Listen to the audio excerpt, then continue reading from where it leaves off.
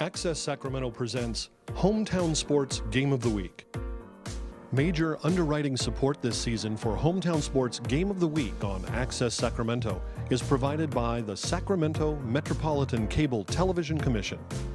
Access Sacramento also thanks Sharif Jewelers, fine jewelers since 1932. Sharif Jewelers, a longtime sponsor of community television.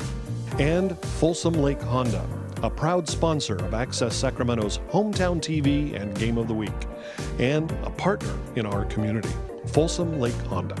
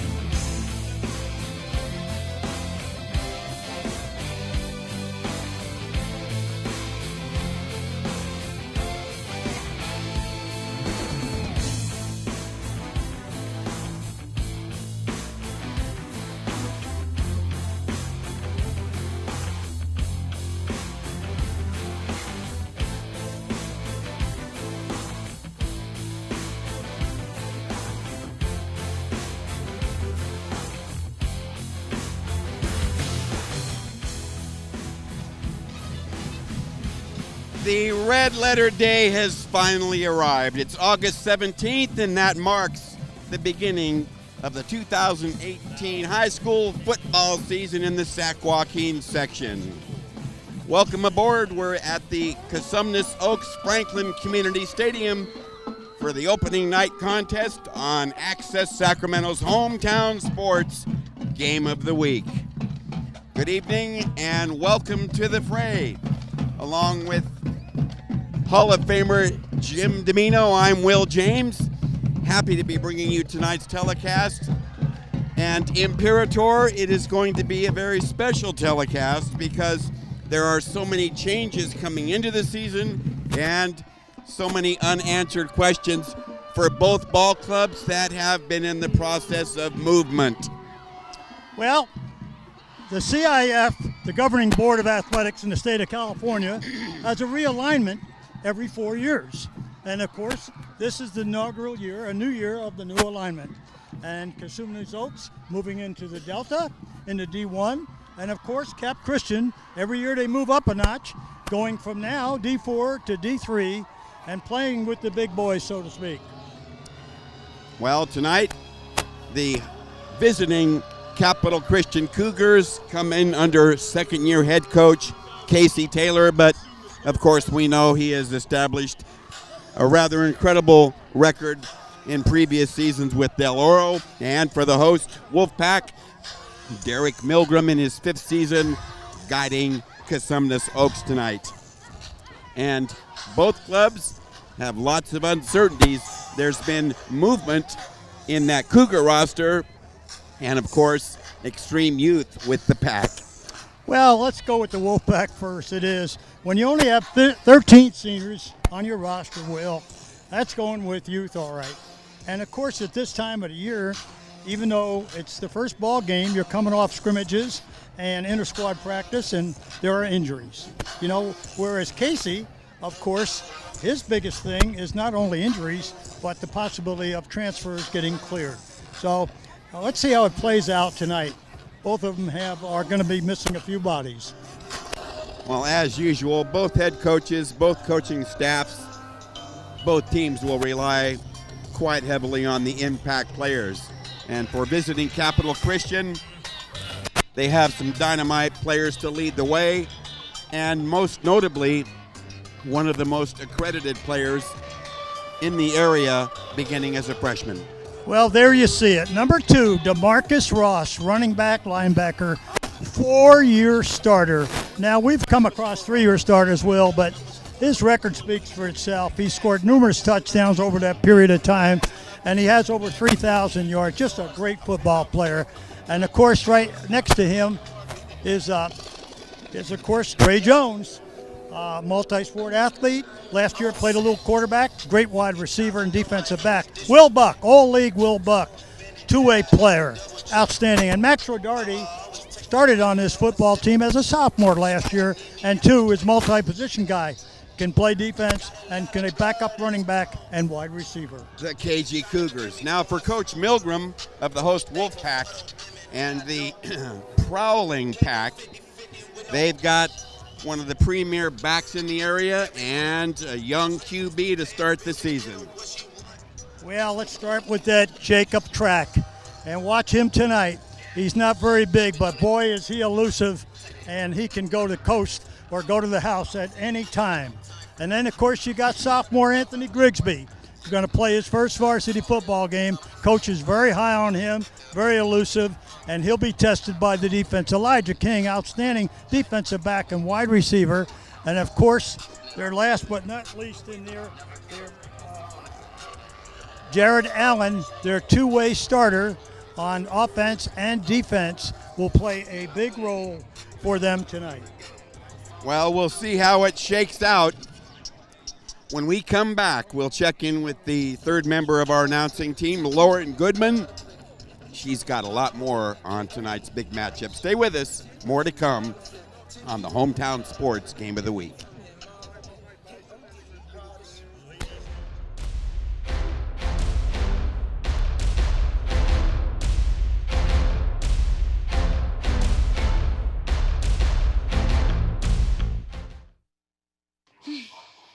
So how was work? It was 1,300 hours. My math class from 302 was in the trenches. Davy Roth had it the worst. Fractions were coming at him left and right. He just didn't get the damn things. 2 days ago, I tried to teach him what 1/4 of 1/2 was using different sizes of blocks. Yesterday, I tried again by dividing up pizza. Both missions failed. Oh no. But today, I was ready. I created a combat math game where the only way to beat the enemy is to out-fraction them. Davy conquered every last denominator. My game was so successful, the principal is deploying it to math squadrons all over the school. Anywho, how was your day? Oh, today my boss treated the office to salad wraps. Salad wraps. I know. Open road, here comes the Heffley family. Whether it's a short trip or a long haul, Estimated time, 47 hours. they will beg, You're hungry? I'm happy to provide. they will plead. Deep fried butter on a stick. But whatever you do, don't wimp out. Now you're talking. Make them buckle up. He can't hurt. Remember, safety first. Cheese curls second. Are you orange?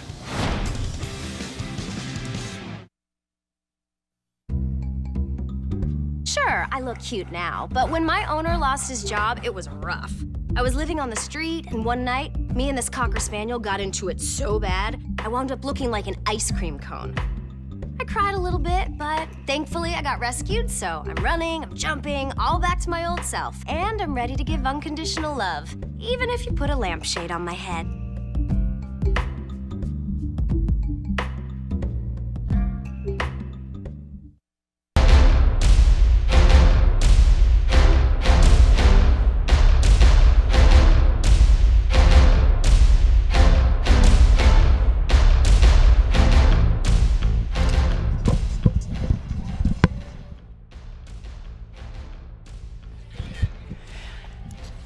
Okay, welcome to Elk Grove. We're at the Cosumnes Oaks Franklin Community Stadium for tonight's Hometown Sports Game of the Week season opener.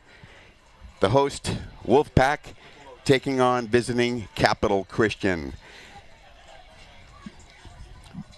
With Jim Domino, I'm Will James. The weather and heat factor tonight should have a significant bearing on tonight's game, not just for hydration, but the sun at this point in time of the day will make it exceedingly difficult for receivers on the far side of the field to see the football. However, it won't be that way all night long. Do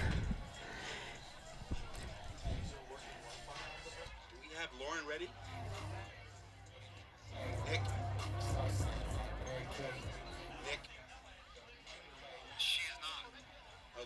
in front of the camera.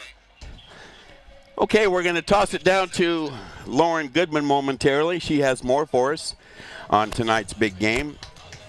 Good crowd turnout today for the home contingent here at Cosumnes Oaks High School. And the visitors from Capital Christian right now being showered in bright sunshine and still heavy heat here in the valley. Temperature at 6 p.m. was about 97 degrees. Okay, let's bounce it down to Lauren Goodman. She has more on tonight's game. Lauren? Cougars will be led by Casey Taylor in his second season with the Cougars. In his inaugural season, they went 7-4 and reached the playoffs. While he was at DeOro with the historic success there, he was able to win 6 SJS titles, 4-time state finalists, and the Division II 2A CIF state championship in 2015.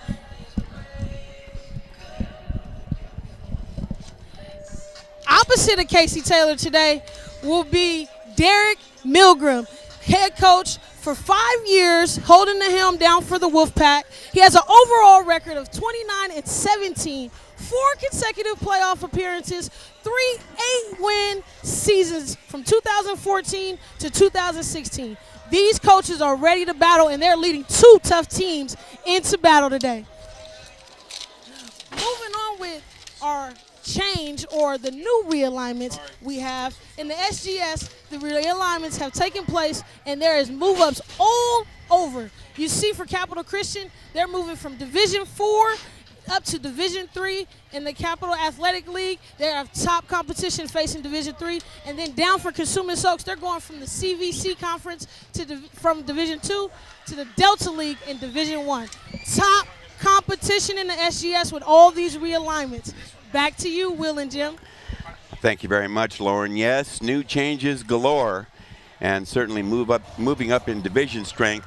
One of the biggest challenges for any ball club, but certainly under the leadership and guidance of these 2 head coaches, I think they're going to adjust very well, Coach. I see no problem. Both of them are outstanding coaches with outstanding programs, and given time and in a very short time, I expect both these schools to deliver. Cosumnes Oaks is right at home with a lot of their sister Elk Grove high schools, so I see no problem. Casey, of course, has been wanting to step up. Year by year, they keep climbing divisions and show they can play with the big boys. Well, there's always important keys in every ball game. This is no exception, and Coach, let's go ahead and pinpoint some of those that our viewing audience can keep tabs on throughout the contest. All right, let's start with clock management, Cougar clock management, that is. With a back like Ross, a 4-year starter who can run east-west or north-south, preferably up the middle and north-south, hard-nosed, Ross the boss. He is outstanding running back, and you're going to see him carry the mail quite a bit, I think, tonight. And Coach said he's healthy, a lot healthier than he has all last year as a junior.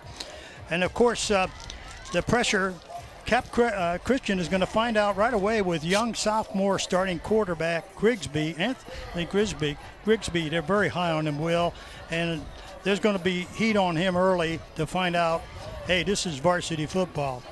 You know, we're going to leave out the stepping up because we've certainly covered that in our pregame. The kicking game factor is huge here because you got Bowyer versus Duarte, and both of them are capable in that 40 range plus. So if it comes down to field goals, etc., why the kicking game could be the difference.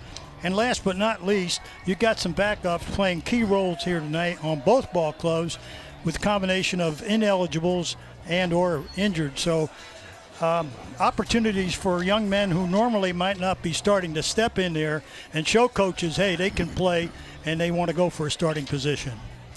Well, it's always vital to get off to a good start in a season's opener. However, growth and development and exploring regions of the unknown also surface in an opener like this, and I'm quite sure both coaches are very anxious to have some answers to the questions that have led up to tonight's contest. Well, I think that they've more than can answer. They've got great credentials. They've been up in the front lines. Their records speak for themselves on all levels. Now, you know, they say you're going to the Delta, but hey, in that other league that Cosumnes Oaks has played in, they certainly more than held their own with other powerhouses like Del Campo and Whitney, and really, so they're used to big-time ball games. Coach Milgram will have them ready. Well, our game officials are going to have to keep pace with tonight's action, and the NCOA has assigned a nice quintet to monitor this evening's contest here in Elk Grove at Cosumnes Oaks High School.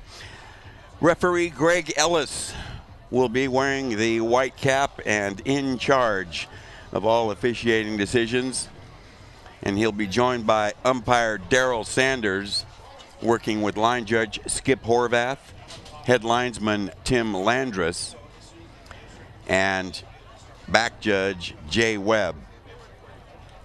The sun starting to drop, and you can clearly see shadows on the field. The near side is in good shape. The far side still getting pounded with extreme sunshine as we have had the coin toss. Capital Christian wearing their visiting whites trimmed in blue, and the host Wolfpack here from Cosumnes Oaks High School in their home customary navy blue jerseys trimmed in orange with the orange trousers. We'll be right back for tonight's opening kickoff. Stay with us here for Access Sacramento's Hometown Sports Game of the Week.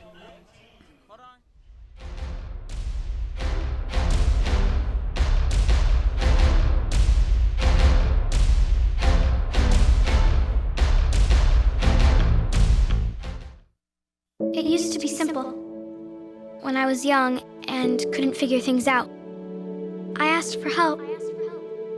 I let someone know when I got hurt, or scared, or sad. As I grew older, things got more complicated. Sometimes people let me down, so I solved my own problems. Then I joined the military. They trained me to be strong. I learned to carry my own weight, and sometimes the weight of others. Now that I'm home, it seems hard to fit back in. Reaching out is difficult because I want to do it on my own. Remember when you were young? Asking for help was simple. We asked for help. You don't have to do this alone. Veterans like us have faced similar challenges. We're not alone at MakeTheConnection.net.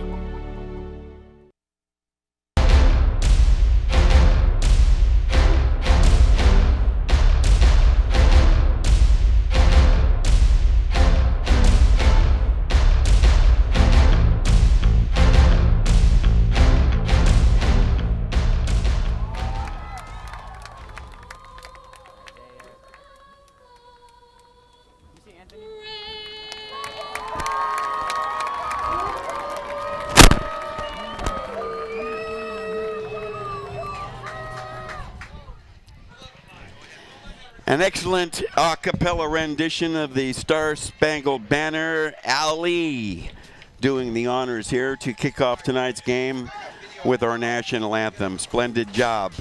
Cosumnes Oaks won the coin toss. However, Derek Milgram elected to defer, so Capital Christian will receive the opening boot tonight, and that will belong to Kevin Duarte, a strong-legged junior kicker, a soccer player who has a strong leg and could show us a lot of that tonight. He wears number 16 on a late uniform change.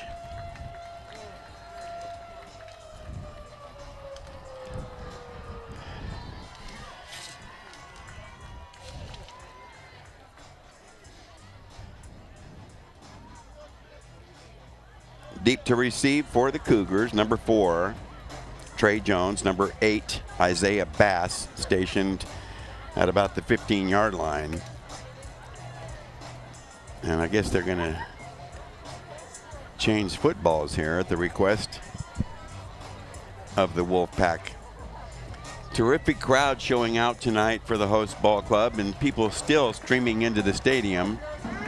And a reasonably good road crowd tonight for visiting Capital Christian.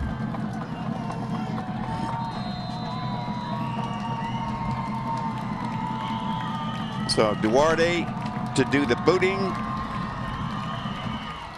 And he blasts one beyond the returners. It's taken, but into the end zone for a touchback.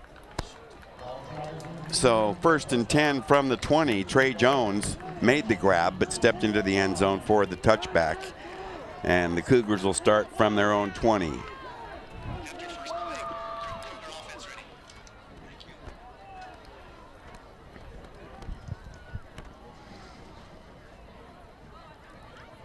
So there was some question who the trigger man would be here to call signals for the Cougars. Well, Crick got the nod to transfer from Oak Ridge High School at mid-year. Cooper Crick running the show, the field general for Casey Taylor's outfit, and he's got a heavy responsibility on his shoulders tonight. So the Cougars break huddle, set for their first play from scrimmage. Well, look how deep Ross is. About 8 yards deep, Will.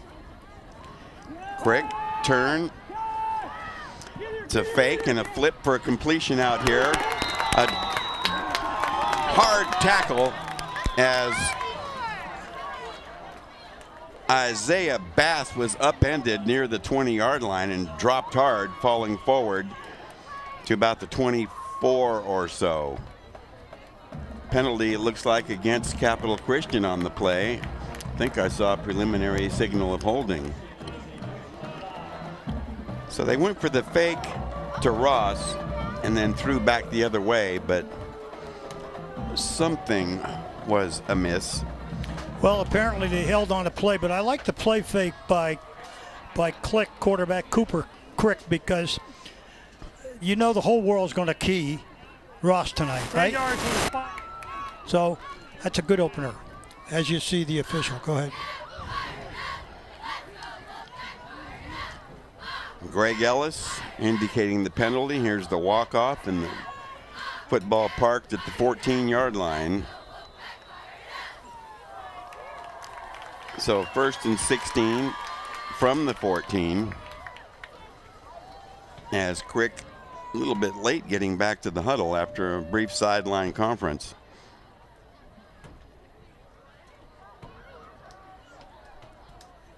Boy, there's a lot of moving around in that formation, Will.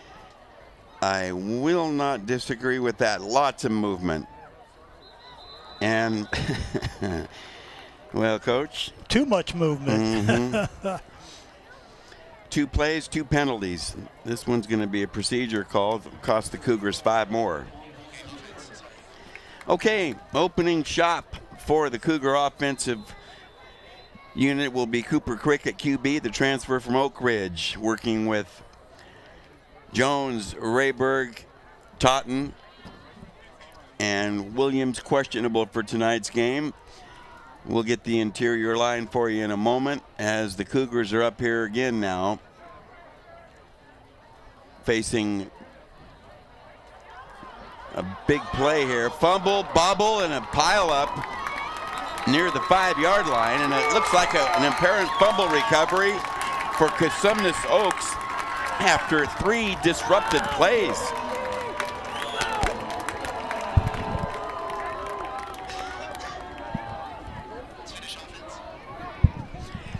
The line for the Cougars, they'll have to show us that next time around. Boyd, Eldridge, Samito, Buck, and Semit. But the Cosumnes Oaks offense on the field now, and we'll get our first look at sophomore QB Anthony Grigsby. Well, they pitched out to Ross, and he bobbled it once, he bobbled it twice, and then pursuit was all over him.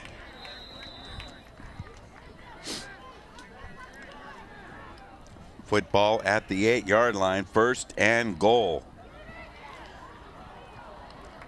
The run play stuffed off the right angle. They make the 5-yard line after it looks like a pickup of 3. 2nd and goal from the 5. Well, get Jacob Track.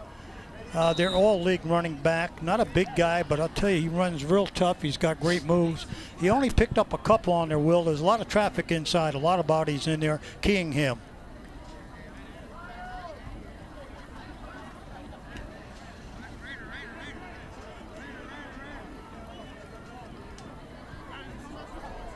So Grigsby, 7 in the backfield with Track 13. He keeps it after a fake to Track. Touchdown, Wolfpack. Grigsby faked it to Track and took it home. I'm really impressed. That's a read option. If you'll see, 3 people jumped on Track with that great fake inside, Will. And they kept the ball and went off tackle left. Outstanding. If that's an indication of Grigsby, we're seeing an athlete who can run the ball, fake, great deception, faking that ball to his running back, Track. Kevin Duarte booms the extra point, and at 10:05 of the first, early shock treatment applied by the hosts, and a 7-0 lead for Cosumnes Oaks. Here's a look at the score. There you see Grigsby going in, but what I like to see is the fake to running back Track. I'll tell you, it was outstanding. He read that defensive end off the fake, and nobody was at home. So the first offensive series for Capital Christian, disastrous. A pair of penalties on their first 2 calls, and then a fumble after a multiple bobble by their top player, resulting in deep red zone position to set up that touchdown. So it'll be Duarte to kick off. We'll get an idea of his leg. The wind blowing, it's kind of a cross breeze, as he's ready to step it up and blast. Trey Jones at the goal line, comes out with it, straight up the center of the field, between the hash marks, breaks loose, and finally tracked down, crossing the 40 to about the 43. Excellent run back. Well, we're talking about an outstanding athlete, plays corner, plays wide receiver. We saw him last year playing quarterback. Hadn't played quarterback before, but gave a good account of himself versus Grant High School. This is an outstanding athlete, and one more body away from going to the house. 42 yards on that return by Trey Jones. In at quarterback, Malott hands off, and of course they blast ahead with Ross, and a nice gain on first down. So Cooper Crick, a short-lived stint at QB for 3 downs, and returnee DJ Malott takes over at the signal calling position.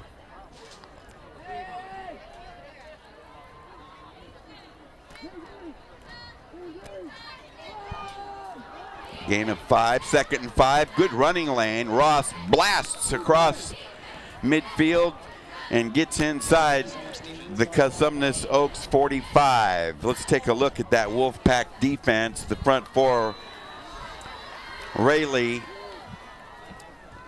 Cannon, Allen, and Geron is now playing at that other defensive tackle position. The backers are going to have their hands full tonight trying to stop Ross when he gets through.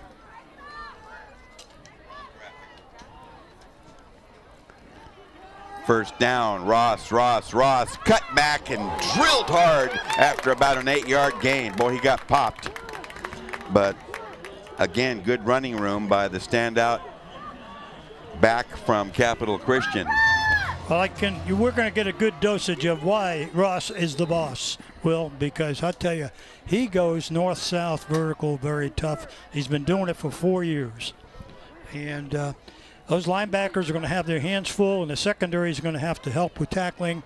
And they're not that big of a ball club out there with a lot of speed, Cosumnes Oaks, but they're going to face the pounding of Ross. Malott fakes. He's flushed and runs it up the middle. Barrels forward and nearly makes the first down on some good individual effort, but he might be a touch short. About a yard shy. It'll be 3rd and 1 from the Cosumnes Oaks 31, 32-yard line. Well, this is a great down 3rd and 1. Give it to the boss. Wow. How about that? They gave it to the boss, but the Wolfpack had something else in mind. Well, he lost about a half yard in my book. They spotted at the 32, virtually no gain. Will make it 4th and 1. Clock rolling. Well, I think, take a look at this. Great job by Cosumnes. Great team pursuit to the football. Gang tackling is what you got to use on Ross.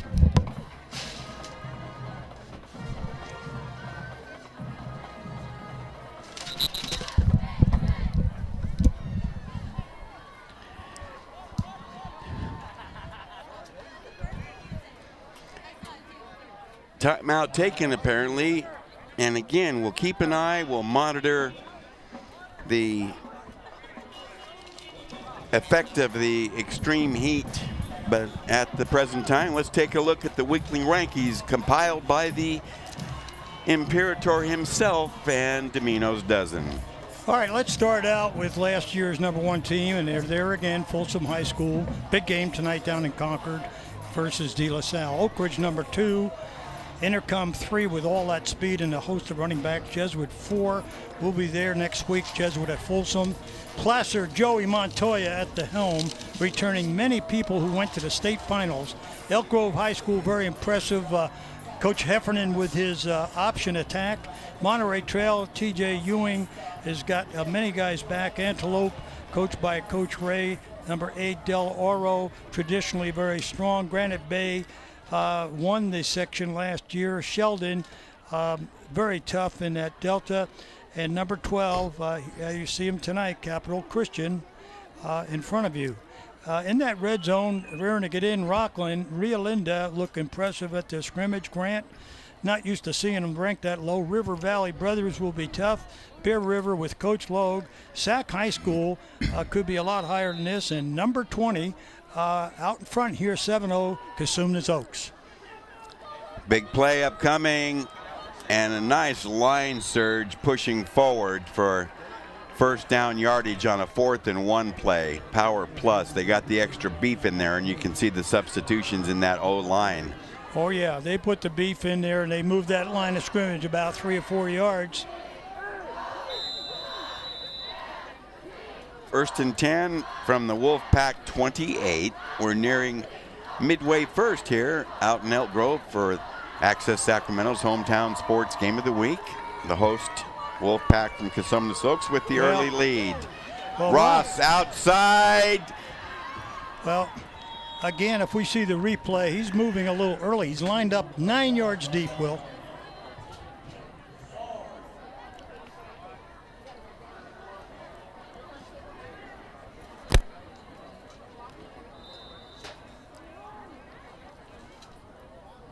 Gain of 6, make it 2nd and 4.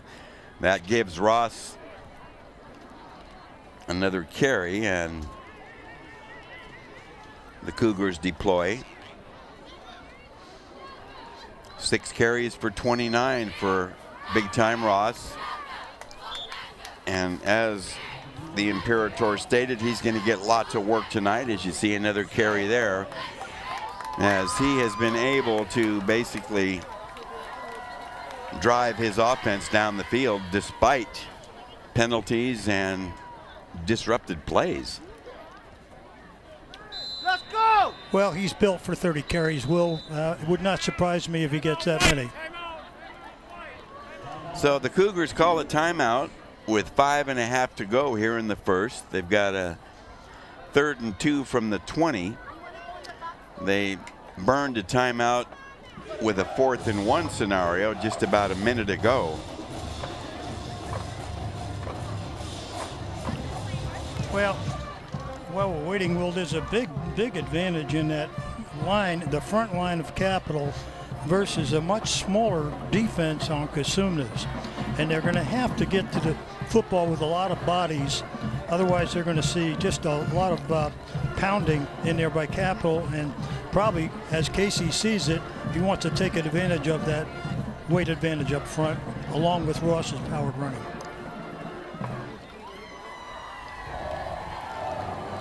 The sun continuing to dip behind us. As a result, most of the playing surface covered in shade now and starting to even push up against the visitors' grandstand across the way.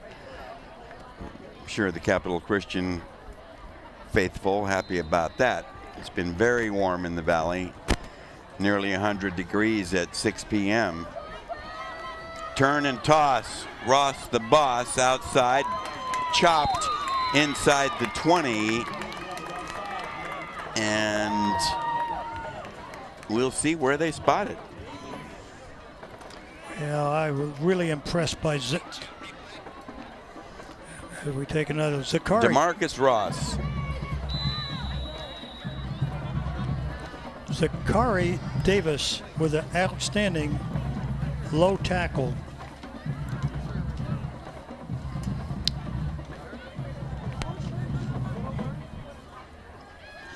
That's no easy assignment against hard charging Ross. Not at all. Tough stick, but it's first down yardage from the 18-yard line. Malott to Ross. What else is new? Outside. Stays on his feet. Down the sideline. Barrels past another defender. Power plus.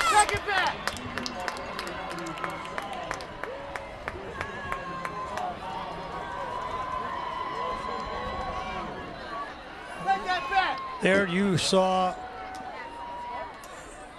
DeMarcus Ross, 4-year starter. Boy, that's a highlight run. Highlight run. Let's see what the officials want to do with this play. A little conference among the men in the striped shirts on the far side near the 10-yard line after that powerful run by Ross.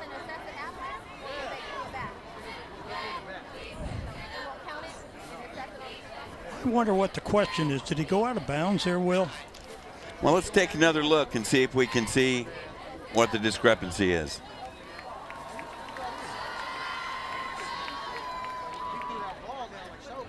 That was a vicious hit right there. He's pretty pleased with himself with the spike, but here's the call. We got an unsportsmanlike conduct on the spike. Casey Taylor, you see there.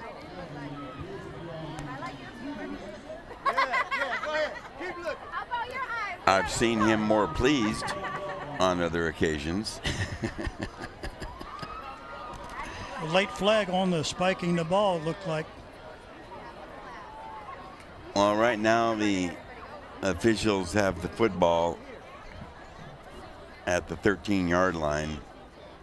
There's a little mini conference on the far side with Casey Taylor, you see there, with our game referee Greg Ellis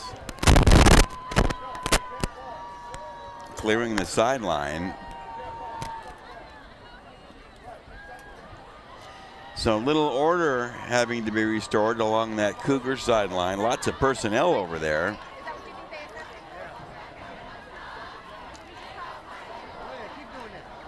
So here's the call from Greg Ellis. Or should I say explanation to Coach Milgram.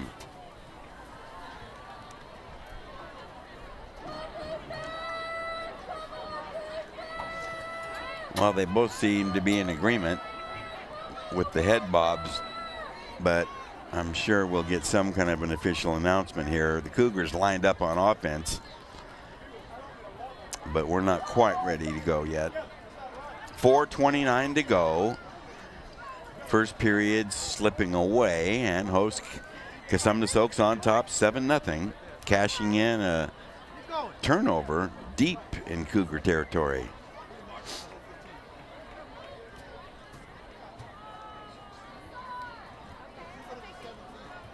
Are we going to see some mechanics? That's what we're looking for. Well, mechanics are always good, but here we go, ready to go. 1st and 5 from the 13. Ross is just having a field day, racking up yardage as he's dropped just shy of the 5-yard line. And that is first down yardage. So 1st and goal, and the Cougars banging on the door. Well, you got a franchise back, DeMarcus Ross, number 2. 1st and goal from the 6. Give it to Ross, right side running, untouched into the end zone. Touchdown, Cougars. DeMarcus Ross. Nice blocking off that right side, enabling Ross to get in there without being touched. Well, there was a huge hole between right guard Buck and Shane Semmett. Well, you're absolutely right. You and I could run through that hole. Huge. I might have got to the 1-yard line or so, but I know you could have danced in for 6. So Bowyer on for the PAT, spotted clean, booted on the way, got it. At 4:01 of the first, we're dead even here at Cosumnes Oaks High School, and here's how the Cougars hit pay dirt. Handoff, easy. Nobody there. This isn't.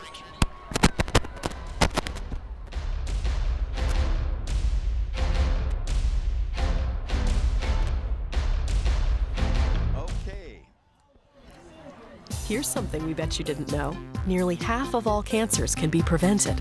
That's right, half. Nearly 50%, mostly by making small everyday changes in your diet and controlling your weight, walking more, eating less, and eating foods that help you and your family to seriously reduce the risk of cancer.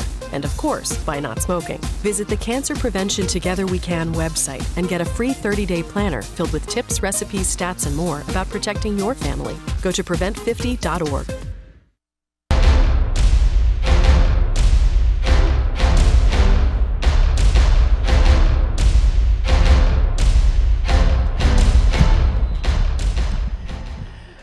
Okay, 7-7. We're locked up in a tie as Capital Christian kicks off. A short kickoff taken on the run across the 15-yard line. And this is going to result in excellent field position. Track in the fast track, cuts back and slides to the Capital Christian 40. Jacob Track. Well, amazing. We had a great run back previous by Capital Christian. Jones putting them in great field position. And now we have Track putting Cosumnes in a great field position. 44 yards on the run back by Jacob Track. Here's the Capital Christian defense. Buck, Gonadure, Semmett, and Campbell, the front 4. Backers are Totten, Hope, and D. Ross, and then the secondary. Bass and Jones corners, Rodarty and Malott at the safety positions. From the 41-yard line, Grigsby rolls, keeps, slashes for the sideline, and picks up a nice hunk. Well, let me tell you, so thus far it's early in this football game, Will. I'm impressed with the poise of Grigsby. He really, he looks downfield. He's got great field presence. He doesn't look like a sophomore, believe me. Coach Milgram specified those attributes in speaking with him earlier in the week, and we're seeing it right now. Gain of 6, 2nd and 4. Little delay up the middle. Track with the carry, and he makes the 32-yard line. They're going to be just shy of a first down. Will be third and 1 upcoming.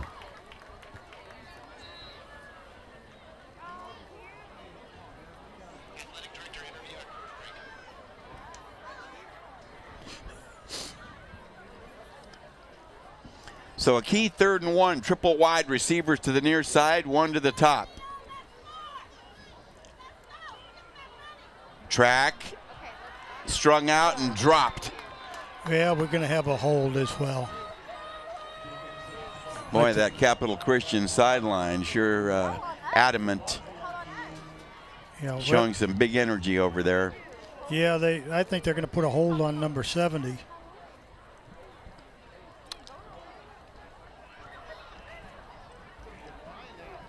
If there is a 70.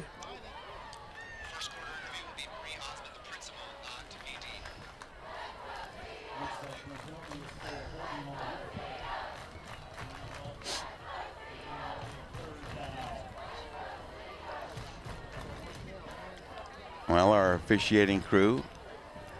Well, I think that what thing I'm looking for, I don't know if I'm missing it, Will, but I'm not seeing some mechanics by Greg Ellis telling us we're guessing up here. 3rd and 12, huge play upcoming. Big rush looking to come from Capital Christian. Grigsby, a bullet over the middle, a diving grab across midfield. King with the great hands. And that looks like first down yardage. Boy, a low strike, and he got underneath it, scraped his elbows, and kept it above the ground. But I'll tell you, Anthony Grigsby fired that football. He stayed in the pocket. If we could take a look at that, he was totally unnerved. He threw a dart at King. So they pick up the first down and recover from a 3rd and 12. But whistles are going to blow this play dead.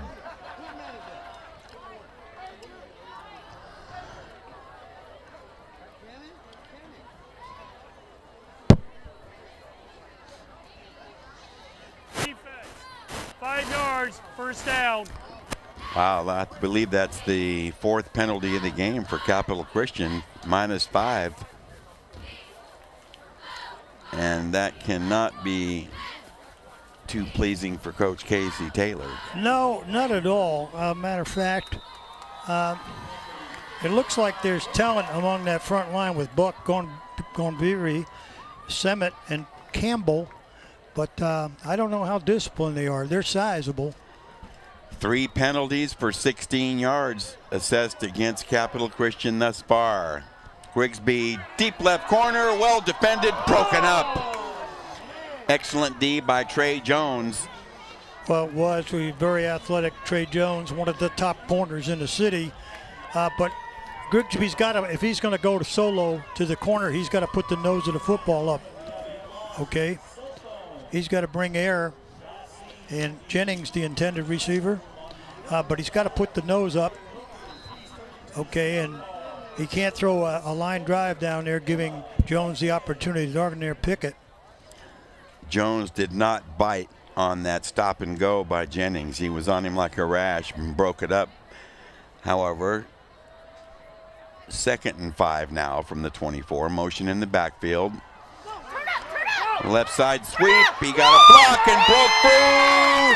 Touchdown, Wolfpack with the carry. Cam Broussard. Well, they're very high on Cam. He showed that athleticism. He got a nice block right there at the point of attack and split the 2 defenders, and then showed off his speed to carry it home. Yeah, they're eating a flag back there. He's picking it up. He waved it off.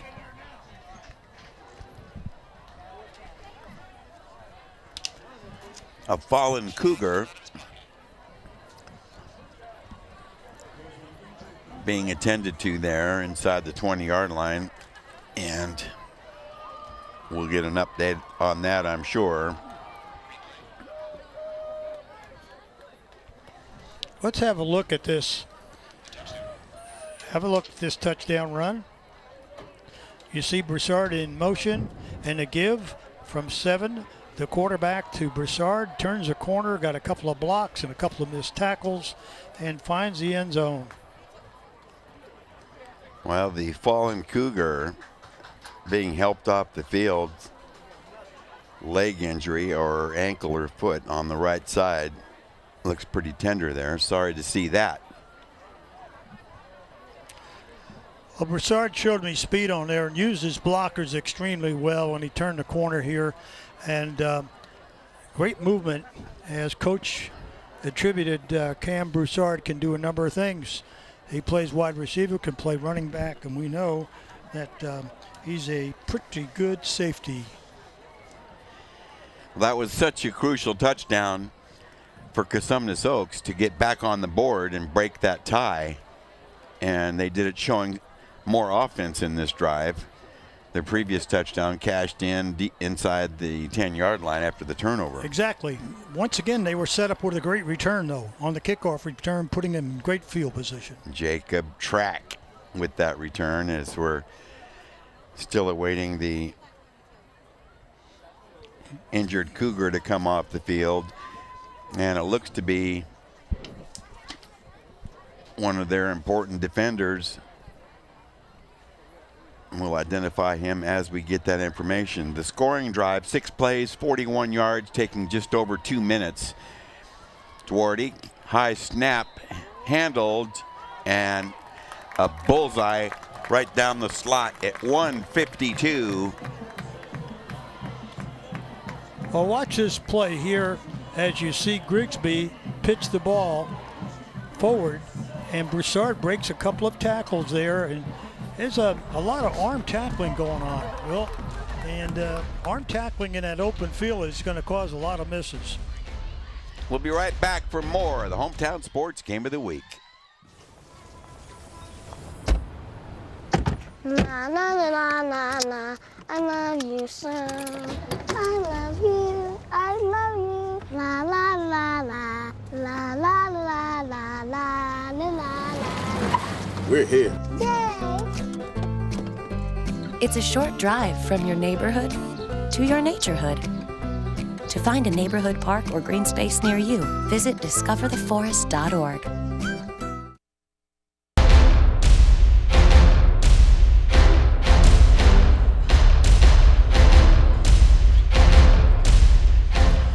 (14-7) host Cosumnes Oaks regaining the lead. And the young ball club under Coach Derek Milgram doing very well here, and its home opener, a booming kickoff, again driving the returner back into the end zone for another touchback and no return. So we have seen some nice long-range booming from Duarte, and that's been important in tonight's game, as Isaiah Bass had to take that one in the end zone. Well, okay.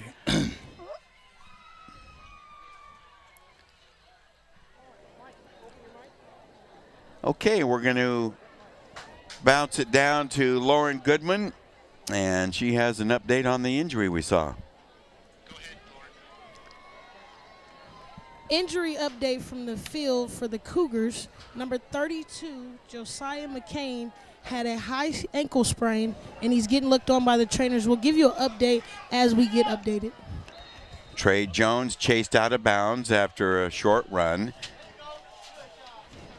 And it looks like another penalty mark flies after a late hit in the secondary. There's some vicious blocking going on. And we'll see what that's all about. This has been a first half punctuated with many penalties. Well, that's likely to happen on the first game of the year, unless they've had a lot of officiating at practice. Okay? And this is why a number of coaches try to bring in volunteer officials during the week. Dead ball, personal foul, blue. Penalties offset, second down. Yeah, we got some mechanics. Extracurricular, both teams committed foul. They offset each other. 1:45 left, late first, 14-7, Cosumnes Oaks.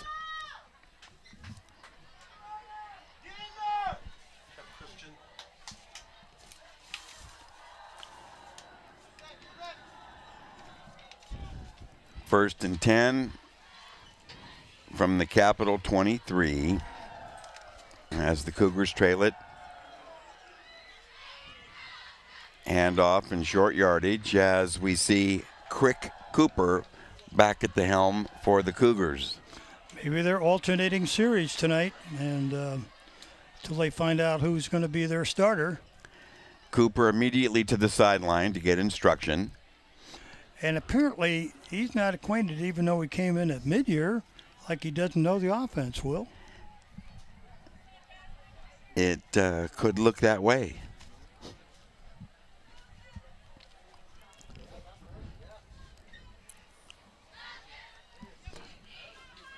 Third and 4 from the 29.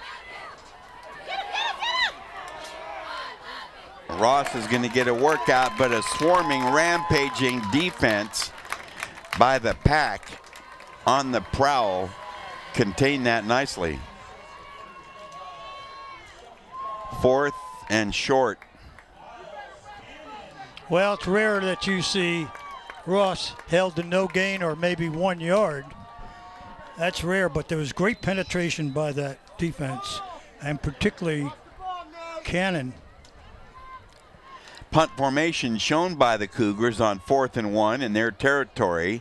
That should not be taken for granted. And the final 20 seconds here of the quarter, we'll see how the Cougars want to play it. We'll see how cagey they are. High snap over his head. It's going to trickle into the end zone. Another, wow. Well, we got a safety. Yes, we do indeed. A mistake, a special team mistake, punt formation, and it becomes 16-14 after the safety. Well, it wasn't. Their snapper is listed as DeMarcus Ross. And I honestly missed that. I mean, I didn't miss the bad snap. That's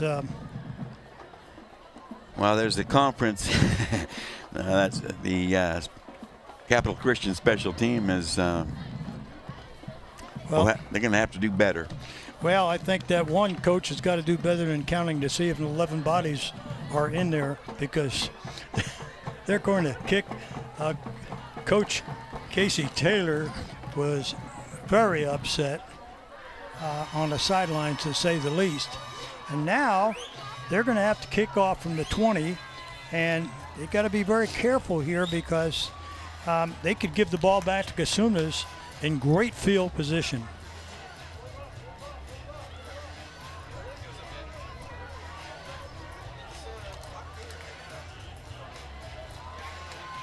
Oh, maybe they're going to punt now. They changed one football. Let's see. No, he's kicking off.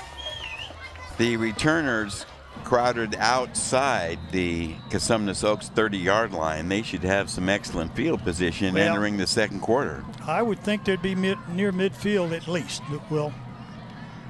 Okay, a short kickoff. Gee whiz. Bobbled, picked up. Track to the outside, near side, speed. Jacob Track, a cut and a burst. Touchdown, Wolfpack. Oh my goodness. 63 yards, virtually untouched. Jake Track. Woo, daddy. Well, I can tell you this. He showed his speed. There was a huge running lane. And when he bounced to the left, Will, I don't know where the contained man was or the second man in, but I can tell you he left him.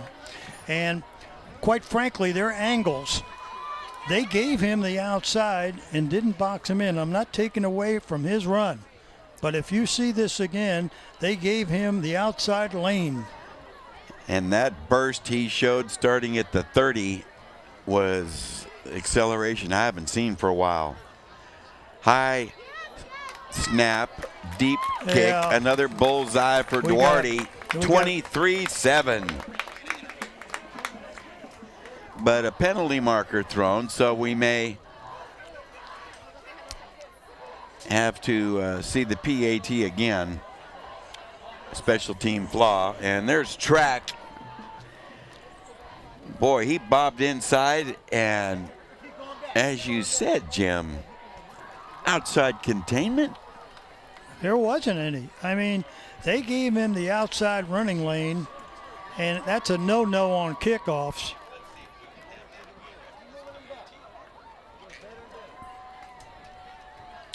So Duarte to try the PAT again. Another high snap. He chips it.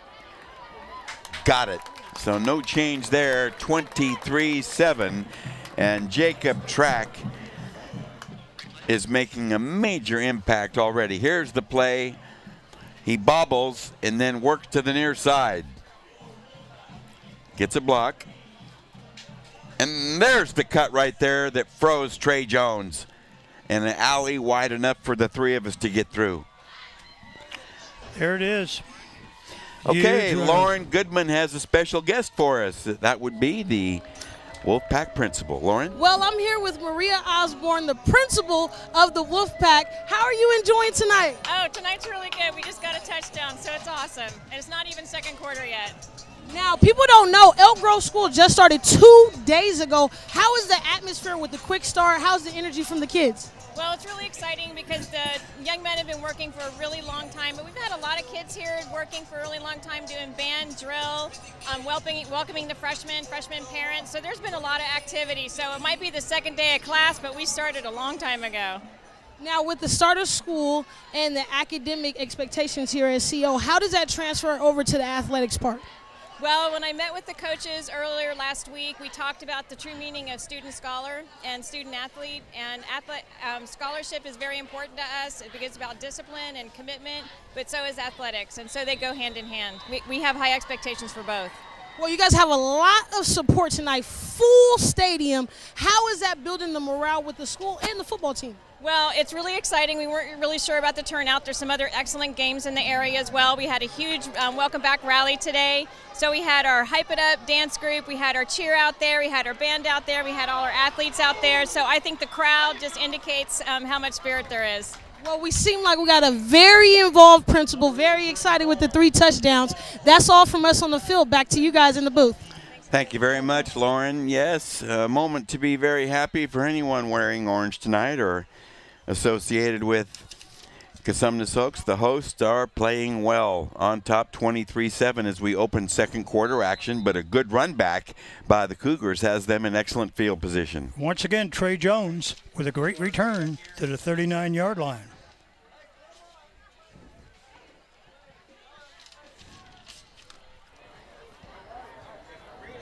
Malott back in at quarterback. Look out. The boss is loose. Outside, running away from defenders, and finally dropped after a huge game, close to 30 yards. Boy, Big D. Big D is a big deal. He sure is. 4-year starter. We saw his first game 3 years ago versus Rio Americana, Will, and he only gained 80 yards that night, starting both ways as a freshman. And he's been going since, totaling 3,287 yards in his career prior to tonight. And I know he's close to 100 or more right now. 29 yards on the carry by Ross, puts him in good field position from the Wolfpack 32. And we're just underway here in the second quarter. The hosts on top 23-7. Double wide receivers to the right. Turned, fake to Ross. Malott rolls and fires on the run. A reception and close to a first down out there. Well, you know, he hit, looked like he hit his bass there, but the ball was thrown behind him, and looks like they're alternating series between Crick and Malott. Malott looks far more mobile, Will, than Crick. What do you think? Undoubtedly. Obvious, and we'll see if the alternating scenario continues. 1st and 10 from the 21. Gain of 11.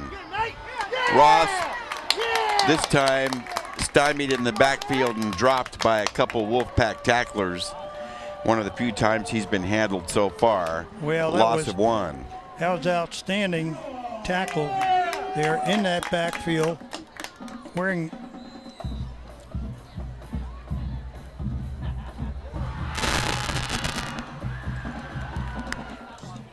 we have a number changes here tonight. Ross is 13 carries for 86 and a TD in just a little over a quarter. Again and again, they were waiting for that one. 5 of the Wolfpack gang tackling that time. Well, what they're starting to do with their people off that 40 front, and I'll tell you, Rayleigh, Geron, Cannon, and Allen, and then they've got some real fast small backers who are blitzing inside. And when Ross lines up 8-9 yards deep, he's not pass blocking, okay? I mean, he's running the football. No, the Wolfpack doing a beautiful job. They saw that one coming and plugged the right hole. 3rd and 17. Malott goes upstairs, got a man open. 1 foot in, 1 foot out, but they call touchdown Cougars. A pinpoint strike. And Malott put it right on the money. FICA with the reception, had a step on the secondary. 28 yards on the aerial connection.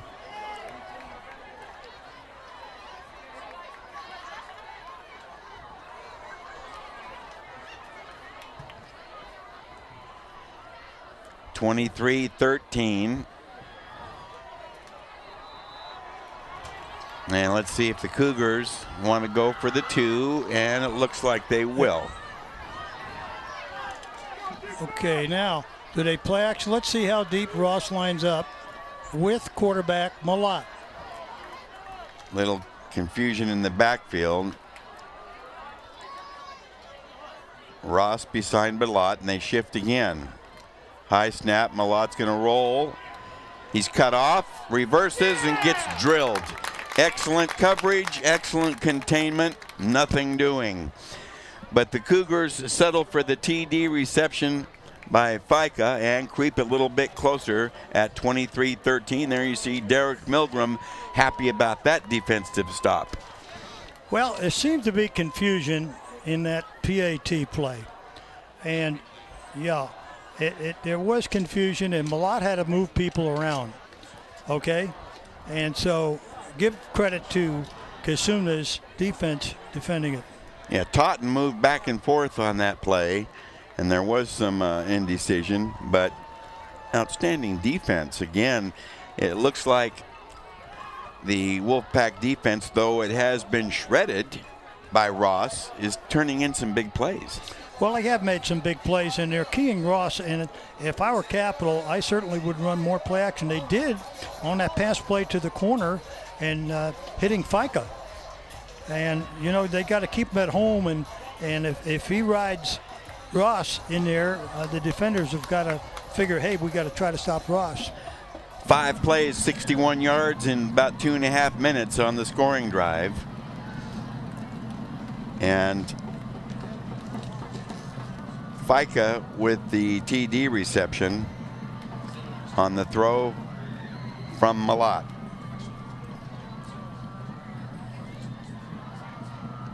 Well, Bowyer to kick off. Right down the middle. Oh my goodness. They kicked it directly.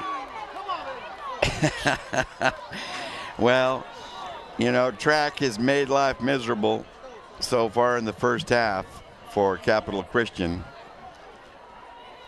And the kickoff return puts the Pack in pretty good position. Well, once again, both ball clubs on the kickoff returns have not had to start a series inside the 35. And for the most part, closer to midfield. Now here's the ball on the 35 again, in good field position for Cosumnes Oaks, not having to drive a big field.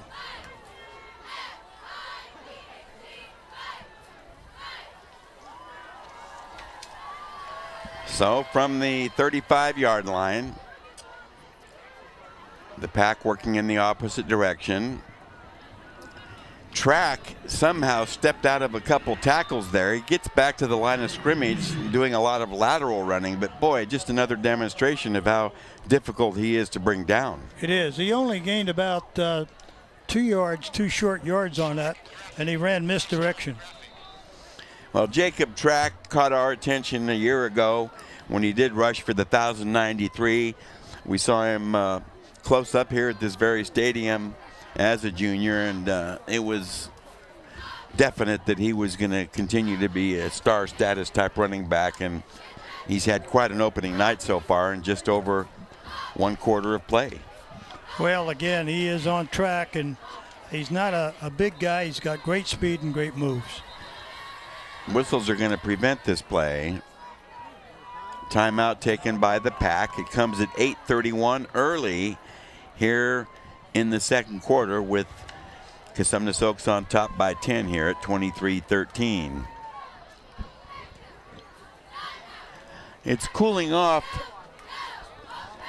significantly here in Elk Grove, where just about an hour ago temperatures were still near triple digits and that glaring sun was burning holes in people. But now it's quite comfortable and the lights are taking hold as we get deeper into dusk here this evening on opening night around the Sac Joaquin section. Total offense, Capital Christian, 21 plays. They've gained 128 yards. And the hosts, Wolfpack, 8 for 55. How about that? Yes, we do indeed have our executive statistician on hand with us tonight, Mr. Gary Martin, crunching numbers masterfully as always. A look at that Wolfpack sideline, optimism abounding. Let's see what they can do here on this series. Working now left to right. Direct snap. Grigsby fires to the sideline. He's got a hook up. Nice job as he's able to find one of his top players, and that would be Cam Broussard, and a small bite. What I like about that play is when Grigsby had to scramble, Broussard knew what to do. He turned his out route into a comeback and showed him his numbers. That's what we talk. Show him your numbers, and just, we'll take an 8-yard gain out of it, okay? 3rd and about 3 from the 42. More than 8 minutes remaining here early in the second. Up the gut running, back to the line of scrimmage, and maybe a couple more. Track shoved back as he got near the 45. They pull it at the 44-yard line. Gain of 2, make it 4th and 1, so hold on to yourselves. Let's see what the staff has in mind. One of those moments of decision near midfield, Coach. Well, I think they're going to try to draw offsides and end up kicking. Let's see if they try to draw them off with a non-rhythmic count, possibly. Track next to Grigsby in the backfield. Now a called timeout, maybe. Now, Track moves to the opposite side of his quarterback, and whistles are going to stop play, and there's the call the Imperator was looking for. And they got room to punt now, and they weren't going to draw off. Very often in a situation like that, rather than deciding what to do, if you have your offense ready and they move to the line off the previous down, and you run the quarterback sneak before the defense is ready, you get that half yard. So it makes it 4th and 6 after the penalty. Now booting line of scrimmage at the 39. No rush. Good hang time, but the punt short. Bounces laterally, and it's going to be downed. Not a particularly good boot for distance, just 24 yards on the kick. And Capital will have some pretty good field position from the Cougar 37.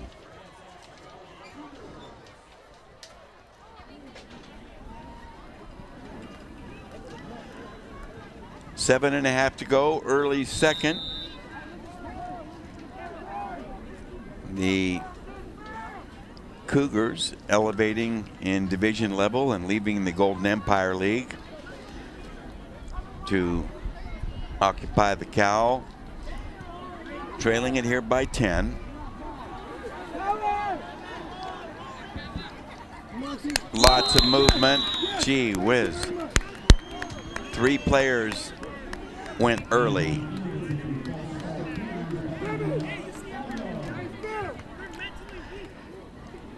Cooper Crick has thus far had a difficult time running this Cougar offense. Very definitely, and I understood that he did come in at mid-year, and not having played here the previous 3 years, but would be getting acquainted with the offense the last 6 months. But 1st and 15 from the Cougar 32. Cooper Crick wants to throw, lobs one, and it's well placed. And just about first down yardage on the reception by Isaiah Bass. Nice lob, and perhaps that'll give Coop some confidence.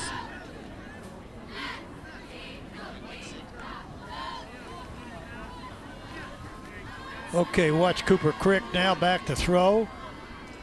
Puts the ball right in the hands of, it looked like number 8. I got fooled 6. on that. It's actually No. Jordan Totten.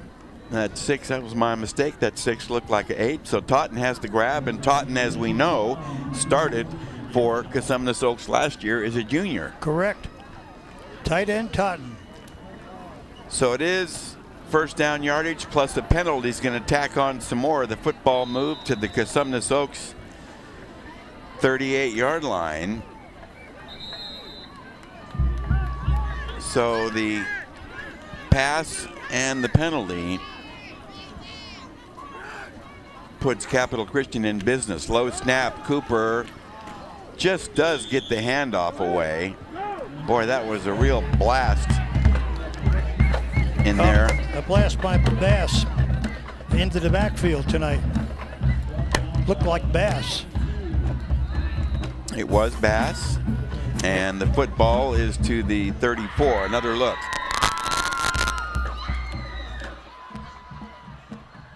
A nice get off by the front, picking up 5 yards on outstanding buck, Semet, Eldridge, and Boyd. So Cooper Crick running the show at QB, fakes it and throws on the run, and he's got a reception out there. Once again, it looked like Totten wide open. They're starting to hit their tight end. He faked to Bass and flipped it to Totten. So that combination has clicked a couple of times now. Well, this is as good as Crick has looked thus far in this football game in this series. And we have a injured Wolfpack player who's in some certain discomfort here.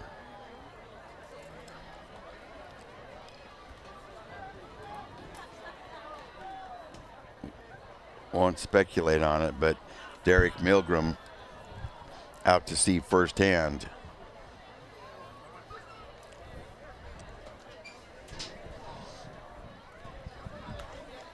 This game slowed down a little bit here in this second quarter, Will. We got a lot of points scored in that early quarter and mistakes made, and teams had to pay for it. But here, things have settled down a little bit in the second quarter.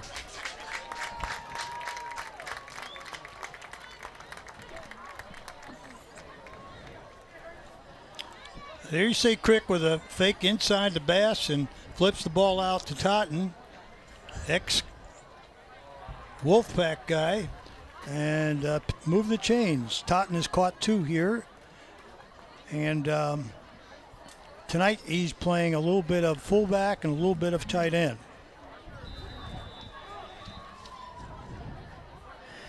Well, unless I read that uniform number incorrectly, I believe that was Elijah King shaking up on the play and coming out of the ball game.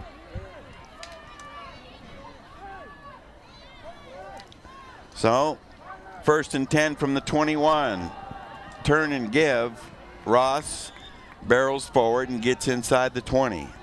Well, you know, he picked up probably about 3, which is nothing for him. And he kind of got tripped up going through. There's Elijah King on the sideline. And we just show a flashback on DeMarcus Ross. And he looked a little tired on that run. Had nowhere to go inside the guards, Will. Elijah King along the near sideline working his right leg or right knee. Might have stretched it some or hyperextended, trying to shake it off. They need him on both sides of the football. Meantime, 2nd and 8 from the 19. Left side running. Wow, Ross hit from behind but drags the tackler all the way to the 11-yard line. Ooh-wee. Well, we said they're going to get a dose of the boss, and they certainly are.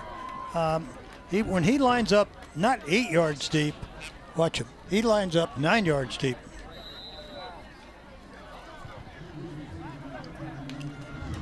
Football parked at the 12-yard line. A 3rd and 1 coming up. One of those plays dangerous to the defense. The offense has options here on 3rd and 1. Turn and give. Ross hit. Gang tackled by 6 of the Wolfpack. And he's going to be shy, I believe. Boy, they were waiting for that one. Well, you know, they certainly have they're going to give it to the franchise. And once again, if we saw a replay on that, you saw the backers cheating in with Ross having to get that football from 9 yards deep. No gain. 4th and 1. Another look. 1, 2, 3, 4, 5, 6, 7 tacklers there.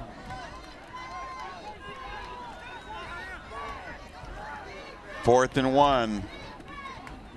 Ross working right this time. Lateral. It's cut off and he's dropped, and I don't think he got it. It depends on the mark. It's very, very close. Well, the boss has had a full workout, and we're still not yet to halftime, Coach. Well, we said he would, and there's his stats from a year ago, and he'll certainly surpass that. Well, when you look at his career stats, going into tonight's game in his career, he's had 56 touchdowns. Well, that's a lot of scorers. They're going to measure, and we'll see the outcome of this, which is all too important because that was a 4th down carry. And certainly Capital would like to get on the board again. And well, I thought they gave him a good spot there. They did give him a good spot. Ross now 18 carries for 88 yards here in the first half. So if you extrapolate those numbers, that is going to be a full night's work for 2 players. Yeah, and it's only halftime.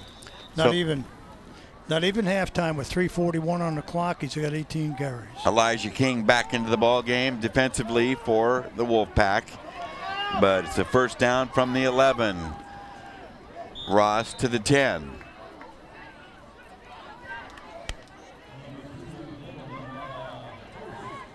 Gain of 1. 2nd and 9. Well, right now, I know they're in a great drive and they want to run the rest of they'll run this half out by keeping the football away from Cosumnes. But I can tell you, they're set up for a play action fake to Ross, and the receiver will be by himself. Okay, let's look for it. Double wide receivers to the near side. Ross greeted, but he barrels inside the 10. He gets a couple there. Hard nose running, short yardage. Well, no one's respecting Crick after the fake. Now, he's not the runner that Malott is. Because if Malott were in the ball game right now, he'd fake and keep the ball and run that end around from his quarterback position. Right now, they're not respecting Crick to keep the ball. 3rd and 7 from the 8. The Cougars can notch a first down without scoring. Clock rolling with 2:12 to go in the half. Crick looking left and right, make sure his formation is set. They fake it, he rolls, fires on the run, incomplete inside the 5 on a diving try there. It looks like the field goal team, he's not taking the chance here. Coach Taylor is going to bring in Bowyer and at least put 3 on the board. Bass, the intended receiver, so the incompletion brings up a 4th and 7. Field goal team is into the ball game.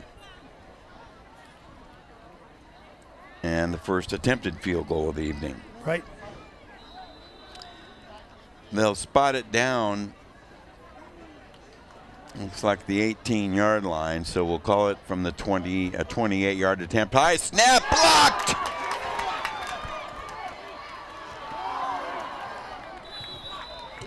That didn't work. Well, did you see the time that it took to put the ball down? A high snap, and Cesar Aguia had a problem putting that ball down. Excellent pursuit there for the recovery, showing some big speed there, was Daniel Williams, 25.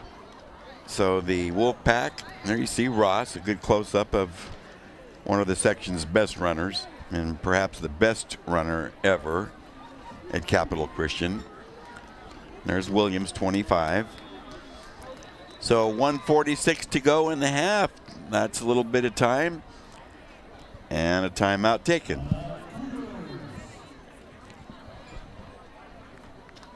Want to remind you, at the half hour, Lauren Goodman will be interviewing our 2 head coaches, starting off with the Wolfpack's Derek Milgram, his ball club on top by 10. There you see the head coach from Cosumnes Oaks with his ball club circled around him, offensive unit. And from their own 35-yard line, they're in some pretty good shape, Coach.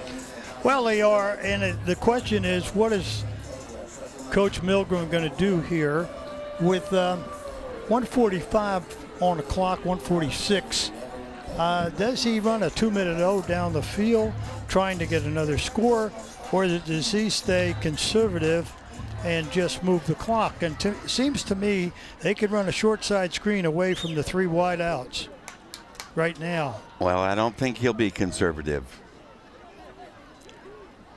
To the near side, Grigsby looking, pulls it back and throws.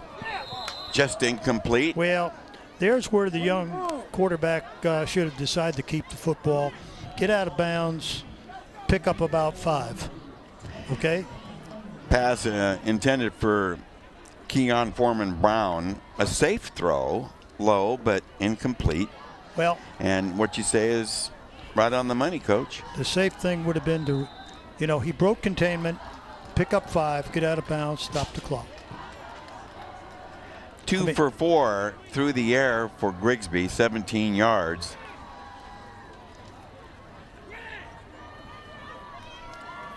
A minute 40 left, clock stopping after the incompletion. Long count this time. He's rushed, gets flushed. I see. There, it's too much decision making there, and as good an athlete as Grigsby is, you're forcing him to think under pressure. And to me, you've got to take the pressure off him by running either a draw or a screen. The offense. Repeat second down. 5-0. In total offense tonight, Capital Christian still dominating by numbers despite trailing by 10. 31 plays, 170 yards offense, just 62 yards of O for Cosumnes Oaks. Well, the Wolfpack got to be careful here. They may give the ball back to Capital Christian on this play calling, really, because it's 3rd down. Well, that holding just disrupted their whole game plan. This is a 2nd and 29 upcoming from their own 16-yard line. So they, as you say, should be very careful here. Flag thrown. delay of Offense, game. 5 yards. See, right now they've made 3 mistakes in 4 plays. So that'll be second and 34. Well, I don't blame that on youth. From the 11. Okay. Draw play, Grigsby breaks a few tackles and finds a little bit of running room. Wedges out for breathing room as the clock rolls at 1:15, a late second.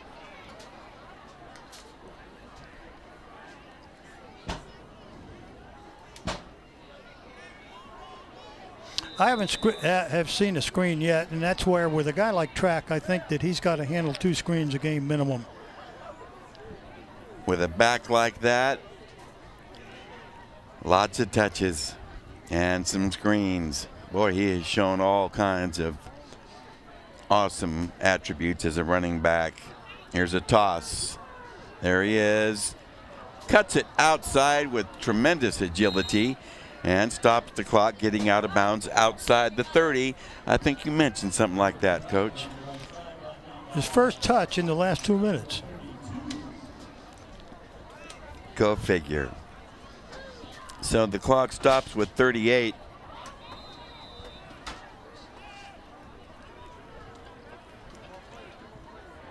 So they get back on the last 2 plays. They got back some yardage. It's still going to be 4th and 14.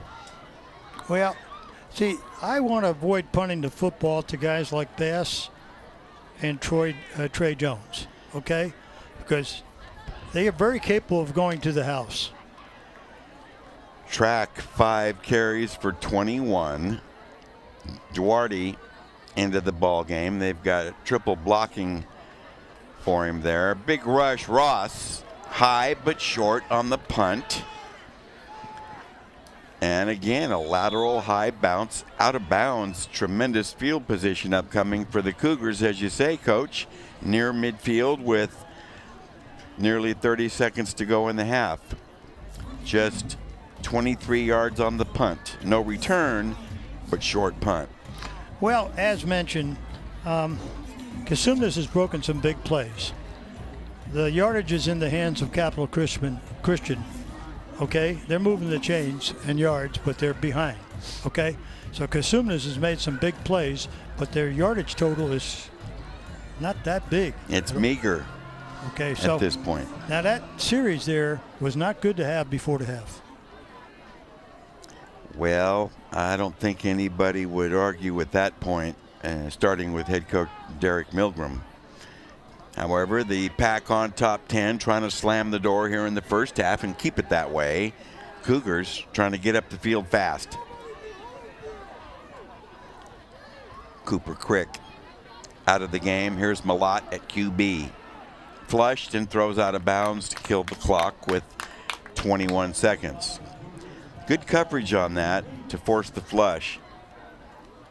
2nd and 10.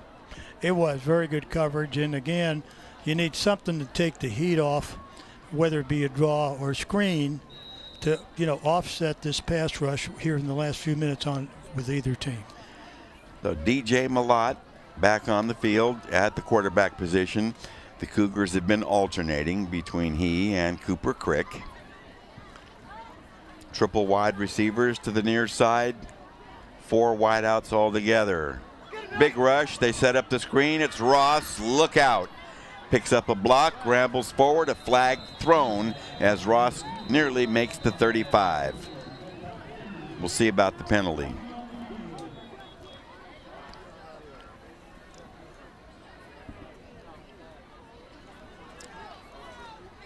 So Ross, boy, an imposing figure getting set up for a screen. So we'll see what Greg Ellis has to say. And they say no flag, the second occasion tonight where a marker was picked up. Once mistakenly dropped, the other overruled evidently. 12 seconds to go. Clock rolling. Whistles stop play.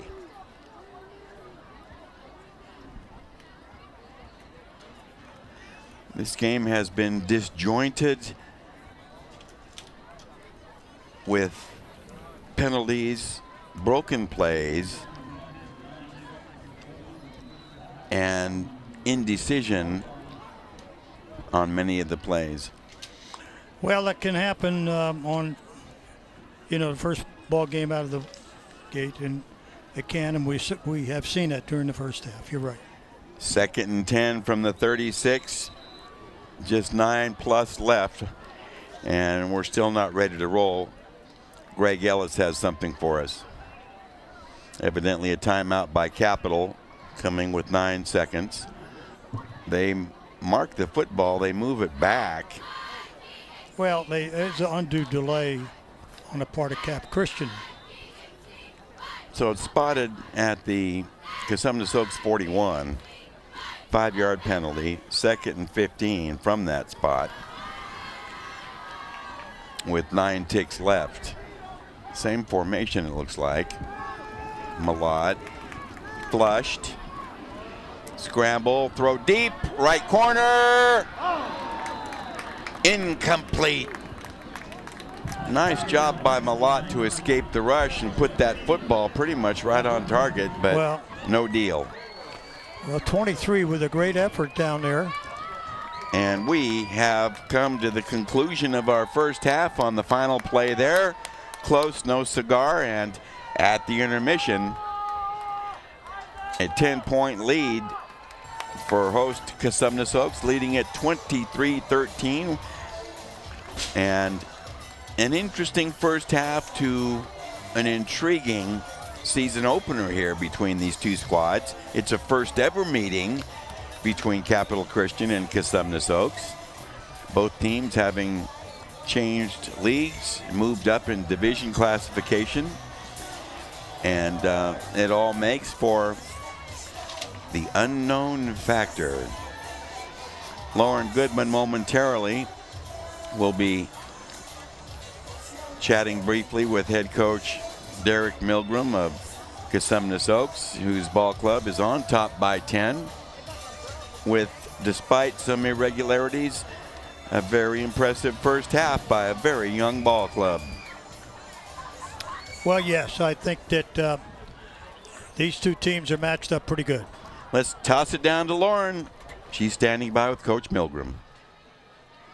Well, I'm here with Coach Milgram of the CO Wolfpack. Coach, you jumped out to a big league. How did that set the tone for your Wolfpack? Well, it was great. Well, we were pumped up to start the game, had a lot of excitement, a lot of energy, made some plays, talked to the team before the game. This game's going to be decided by turnovers, penalties, playing hard. We're playing hard. We're taking advantage of their turnovers, and the penalties hurt us a little bit, but hurt both teams. So we're winning those areas, and that's why we're up a little bit at half. Coach, how do you want to improve coming into the second half, multiplying on what you already did and then improving on those areas you want to work on? Well, we got to continue to win the turnover battle, start fresh 0-0 at half, and make sure we're on top at the end of the second half. Again, limit penalties, especially self-inflicted and unnecessary ones, and play hard. You know, a lot of our kids have never played a game as long as a varsity game. So playing as hard as we did in this first half, every play of the second half is going to be key. Thank you so much, Coach. Thank you very much.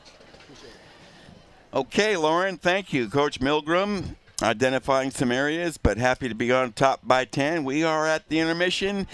This is Access Sacramento's hometown sports game of the week. It's opening night for the 2018 high school football season. Don't go away. Lots more to come on the big show.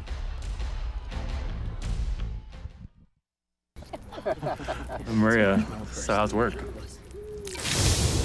It was fourth period biology. Our students just weren't getting how easily viruses spread. So Miss Bella and I had them role play a zombie virus outbreak. By the time they had all learned the lesson, all the living were dead.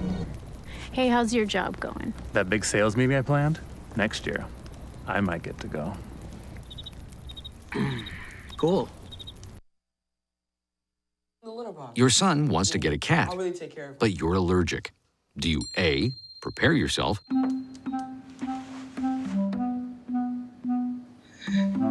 B, make the best of it, C squared equals 25. Good job! or C, find a loophole? When it comes to parenting, there are no perfect answers, but that's okay, because you don't have to be perfect to be a perfect parent. Teens in foster care will love you just the same. Here's to the things that can keep us safe. Those we use all the time with hardly a thought. Those that are silently standing by to save our lives. And now, those that we carry with us everywhere we go. Many mobile devices will now bring you wireless emergency alerts, real-time information directly from local sources you know and trust. With the unique sound and vibration, you'll be in the know, wherever you are.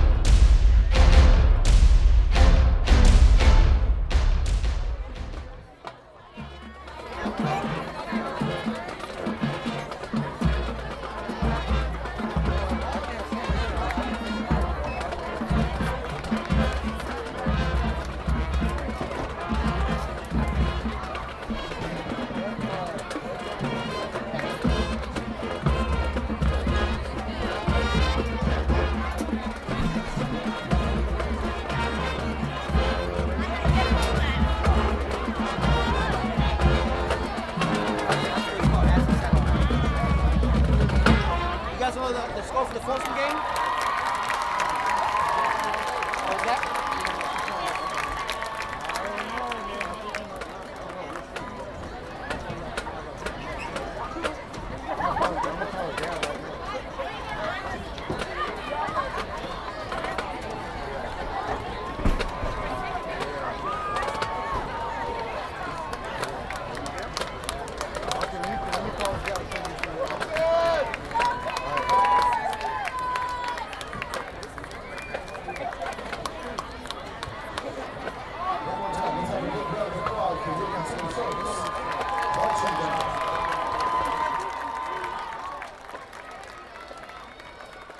Now I'm here with George Smith, athletic director for Cosumnes Oaks. Coach, what's going on campus right now? Hey, a lot of excitement, a lot of enthusiasm. It's a Friday night. It's a great night for football. A lot of fans. We're doing well. We're up 23-13 at this point. We got the band performance behind us, the cheerleader performance. So overall, a great night for Cosumnes Oaks High School and the athletic department. Coach, so we know football is going on. What else is going on as far as athletics in the fall? Okay, athletics in the fall. Tonight we also had our girls volleyball team playing. Freshmen won, the JVs won, and the varsity won. We defeated Tokay tonight, so that's a good start. We have over 20 girls out for our girls golf team. We're over about 65 for cross country, boys and girls. Girls tennis is always strong, which is we're really excited moving into the Delta League, moving into a Division I league.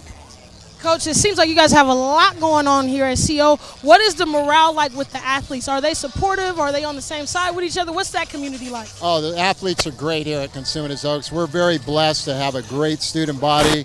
Our athletes are phenomenal. They're great in the classroom. They're great in the community. They're great on campus. They're just overall great kids, and we're just really blessed to have them. Coach, now I've been here pretty early since JV, and it's been filling up in here. You don't get a lot of support from kids in high school. They're kind of in-home bodies, but you have a lot of kids here today. How does that make you feel? Oh, this is awesome. I mean, you know, we had ticket lines going out in the second day of school, so it's just a great start to our school year. The number of kids that have come out tonight is just outstanding. It's a good way to start the school year off. Coach, well, thank you so much for your time, and we're going back to you guys in the booth. Okay, Lauren Goodman, George Smith, one of the top athletic directors in the region, and a veteran who handles arrangements and game management like a champion. We're at the intermission, 23-13, host Cosumnes Oaks leading visiting Capital Christian. And we'll come back for more of the Hometown Sports Game of the Week.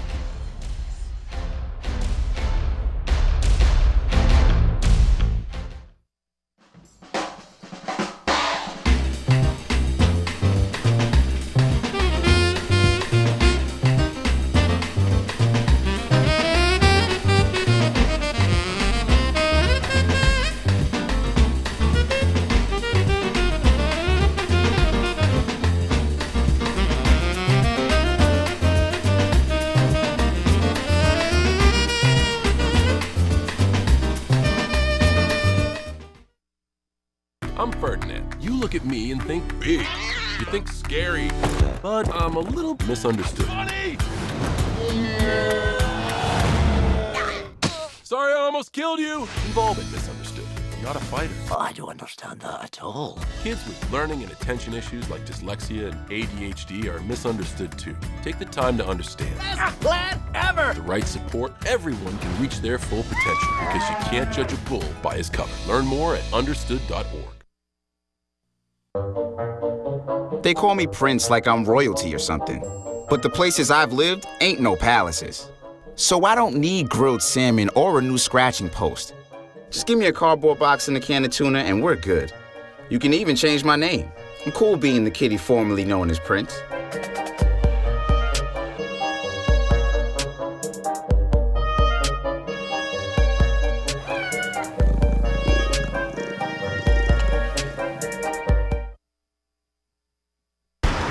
Look at you. You're at the top of your game. You're unstoppable. Nothing can throw you off track. Wait, is that your car? Uh-oh. Yeah, I saw that coming. That will throw you off track. You're looking at around 10 grand in fines, legal fees, and increased insurance rates. Let's try this again. Smart move. Because buzz driving is drunk driving.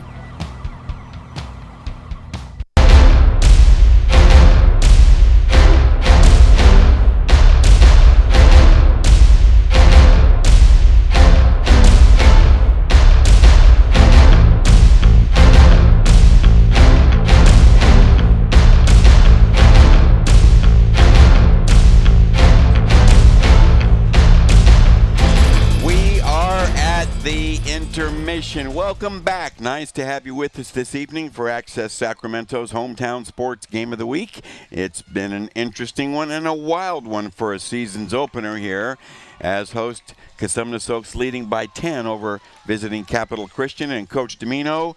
This is one of those classic examples that we see from time to time where the statistics, which we'll be seeing shortly, do not indicate the flow of the game or, more importantly, what is posted up on the scoreboard.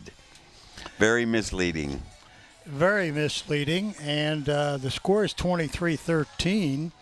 Cosumnes is up by 10. And what has not been misleading, however, has been the showmanship of two of the premier backs in the Sac Joaquin section, or in NorCal for that matter. Well, we talked about Ross the Boss, and we talked about Track, Mr. Track, who is off to the races several times tonight. And certainly Fast Track is back, and Ross is the boss. What a duo there. Yeah, they are dynamic, and Ross has carried the ball numerous times and has a lot of yards in his favor. But, you know, as you look at those stats that are coming up, sometimes you can win the battles in the trenches and win the sum of the statistics, but you lose the war. And that's what we see here evidence of in the first half. Well, as we look at those halftime stats.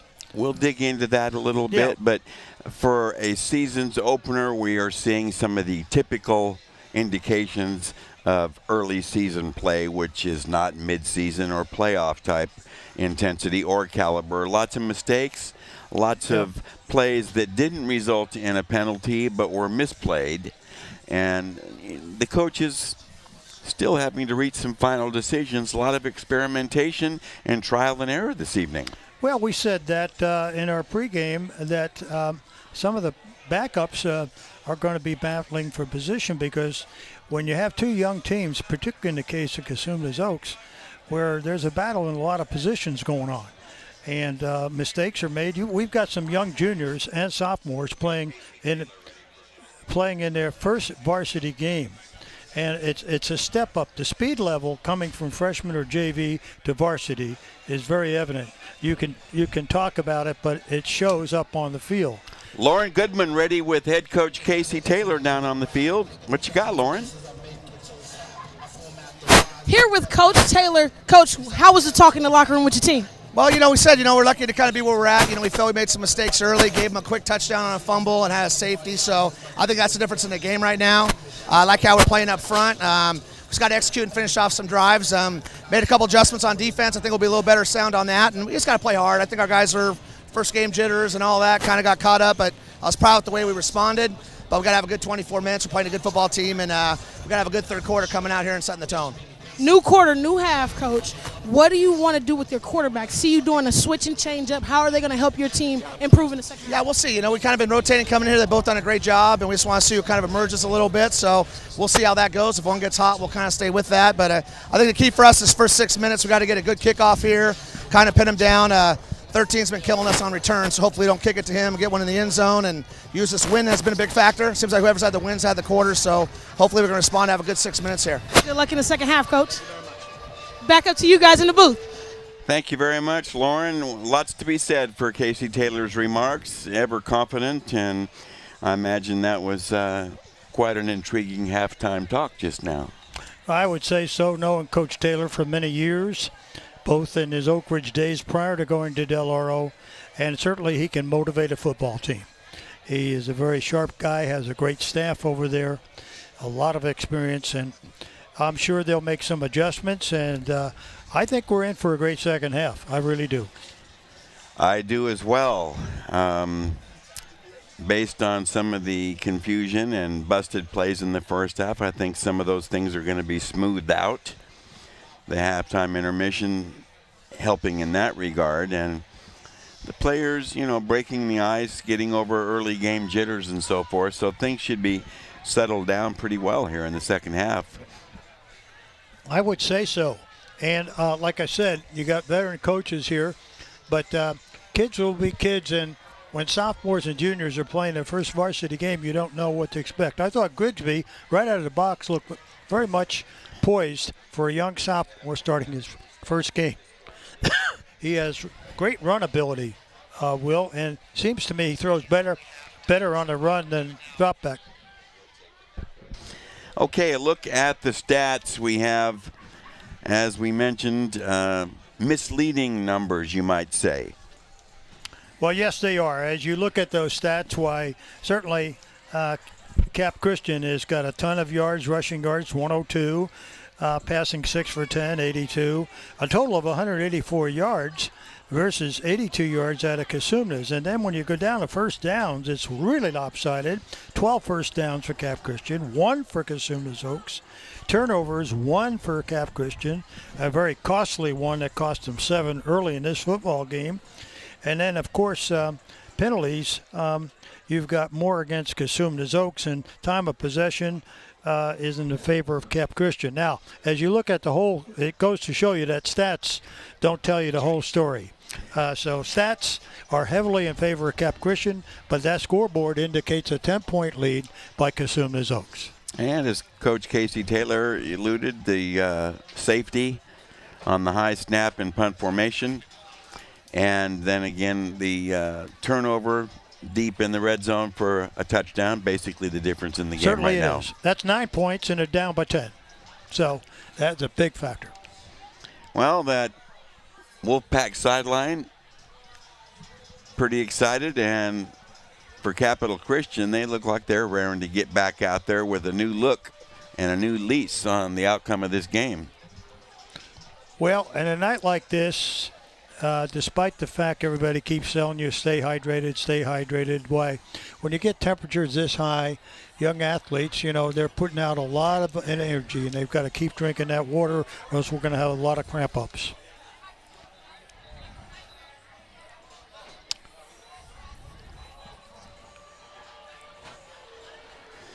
Third quarter action not far off. The evening now has cooled significantly, putting all of the spectators in the comfort zone after a real broiler here in the Sacramento Valley throughout the day and for the better part of this week.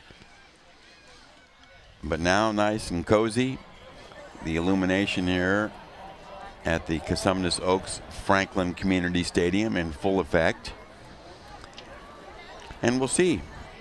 I want to bring up a point on special teams. We've talked about these kickers tonight, but as you well know, the returns of both teams have put those teams in great field position. And when you guys have people like Trey Jones and Ross and Track returning punts and or kicks, if you don't keep them contained, you will pay heavily by either a TD or allowing that team to have great field position and only have to drive a short field. And what's more, the punts and kickoffs that have been returned for big yardage have been directly to those specific receivers, returners. Have not kicked away from them. Absolutely right. Now, you'd think Bowyer and Duarte, who both two of the area's better kickers, correct? Would somewhere on that, they have to be careful of where they're kicking the football. Well, we are ready for second half action. Capital Christian will do the kicking, Bowyer to do the honors. A trio of Wolfpack returners stationed near the Cosumnes Oaks 12-yard line. And here we go, a booming line drive over everybody's head. Where was that leg earlier? Well, you see now, you force a team to drive an 80-yard field. Okay, that's quite a bit difference than having a 40 and 50-yard field. Well, a significant difference, yes. And we'll see how the Pack executes this pre-designed opening series here in the third quarter. Coach Milgram knew they would be receiving the kickoff, so this series of downs here has been worked out in advance. Draw play, Track, nowhere to go. Well, we finally saw a screen to Ross prior to the half, and it went for about 29, 30 yards, a screen pass. And we have right now, have not had a screen to Track. And I would think with those wheels, boy, he could be off to the races. And particularly when Cap Christian starts putting the big rush on. That's right.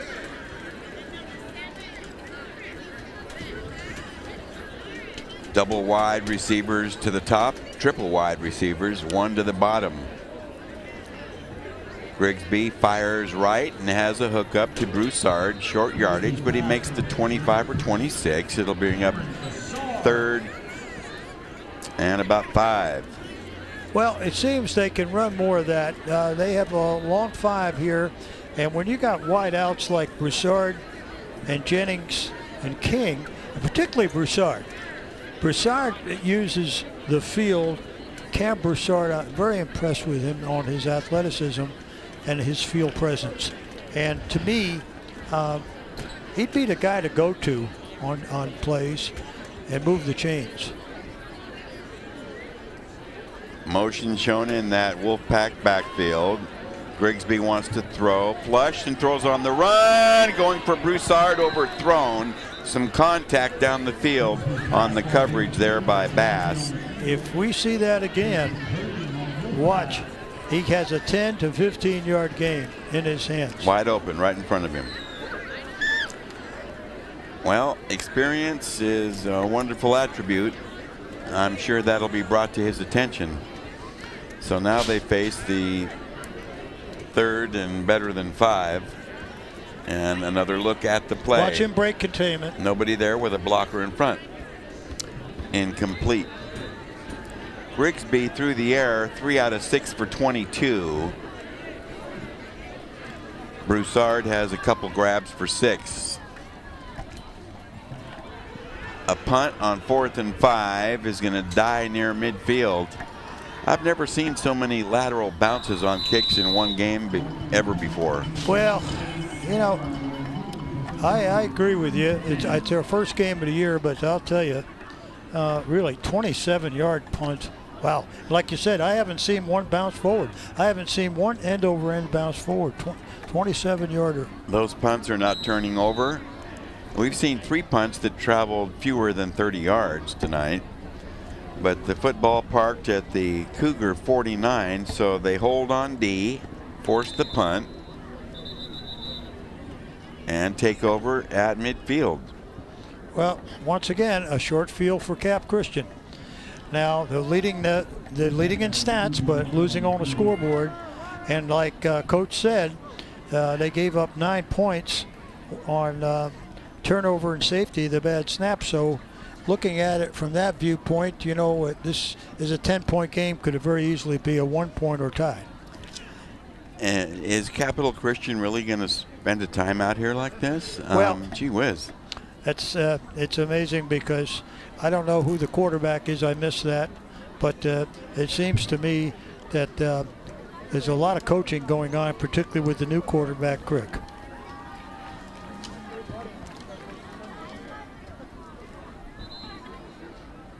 Well, Corey Perkins, who was not activated for this game, we see him along the near sideline, a very important player that'll be back in action soon. And we see Brandon Jennings, number 2, hobbling with some kind of a leg ailment just in front of the trainer's table. So here we go, 1st and 10 from the Cougar 49. Trey Jones was in motion, scooped up by Cooper Crick, incomplete. Well, I don't know who forgot to cover Ross, but he was out there all by himself, and I think Coop would like to have that pass back. Well, Jones went in motion, and the corner went across the green in man-to-man coverage, so that left no corner here. And no safety to slide over. Yes. Well, that was a huge mix-up. And Ross was wide open. Well, the Wolfpack got away with broken coverage there. Gee whiz. 2nd and 10 now. Golden opportunity right there for a Cougar touchdown. Turn and give. Ross hit, bounces off, and barrels into 2 tacklers to pick up a tough yard. Well, once again, they gambled and ran a stunt and penetrated to pick up. The key is stopping DeMarcus Ross before he gets a full head of steam. When he lines up 8-9 yards deep, he gets the ball at about 5 yards away with a full head of steam. Okay, now he's not deep, so obviously it's a passing situation with the 3rd and 10. Boy, they're loose coverage on the far side. 22 carries, 92 yards for Ross thus far. Passing down for Cooper Crick. He's got a completion, but he's going to be shy of a first down. It's going to bring up 4th and a couple. Don't be surprised if Cap Christian just right now, I wouldn't even be huddling. I'd put Ross right in there and get my 2 before the defense wonders what I'm going to run. It's closer to 3, so we'll make it 4th and 3. Casey Taylor will not kick here, guaranteed. From the Cosumnes Oaks 43-yard line, a big play, down number 4. They need a long 2. Double wide left. Let's look for Ross.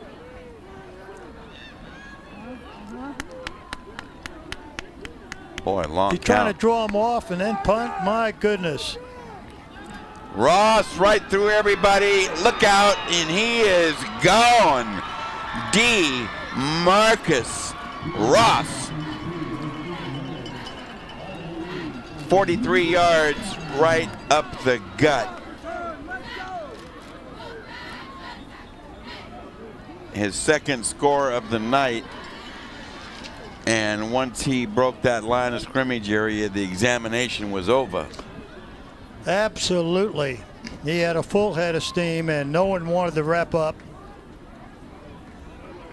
I'll tell you, he just, when you line him up that deep with that power and strength, and he's got deceptive speed for that big of a guy. Coach told me before the ball game he's 10 pounds less than normal, but he's still weighing about 215. He looks a bit heavier than that, but who am I to debate that subject? What I do know, though, is he's in for 2 touchdowns and has had a punishing effect on that Wolfpack defense. So they do not show PAT. They show, well, let's see. Now I guess they're going to try for it. Bowyer to try to tack on a 20th point. It's 23-19, and the 10-point halftime lead is dwindling.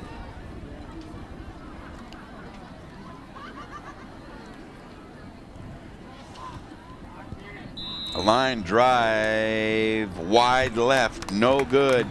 There was leakage on the pass rush was there, the kick rush was there, and an out of sync rhythm on the kick. Well, let's look at that again. It seems like the snap and the holder, as you mentioned, the timing, Will. There you go. Yeah, he certainly looks like he's 220, 225 looking at him.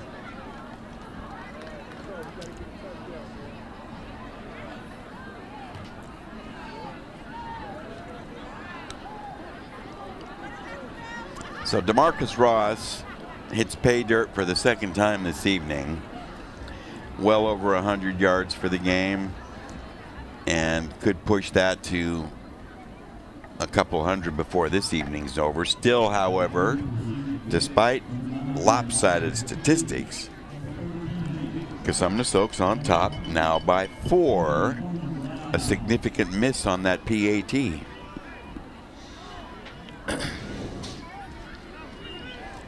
Ross now 23 carries for 135, including the 43-yard TD Well, didn't they scamper. get 1 field goal blocked as well? Here's a kickoff, and it's going to be another touchback.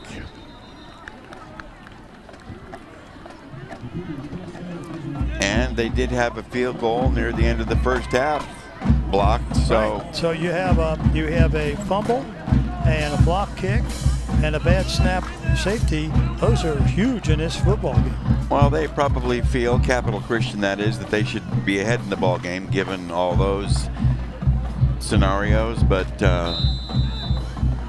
Wolfpack still up by 4. However, this is the key juncture of the game early on.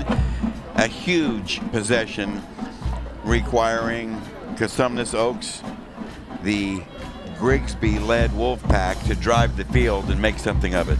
Exactly. The last series prior to the half, they did not look good. The first series of the second half, they have. Toss to track. He finds a little seam and powers up and plunges ahead to the 34. That's first down yardage. And for a small scat back, he has got some power. Well, track is back, and you and I have talked about that. For the veteran, we're looking to see him get more touches. What do you think, Will? No doubt. And the screen play, the screen pass you mentioned, we probably will see that before the night's over. But there's a good replay of track. Ever dangerous. 1st and 10 from the 32, gain of 12. Here he is again, working the middle. He's stacked up, but he picks up 3 to the 35. Excellent. Looking at that size differential up front, Cap Christian's pretty big up front with that defensive front with Gornbeer, Buck, Submet, and Campbell. I'll tell you, and that's not that big of a front on Cosumnes Oaks' offensive line. Really, their veteran up front, Allen, going both ways is their key. Their big guard. track, 8 carries for 36, but he has stung the Cougars with a touchdown. Look at this. Finally yanked back after crossing the 40. It's going to bring up a 3rd and short, and a very crucial 3rd down as the Wolfpack pushes toward midfield.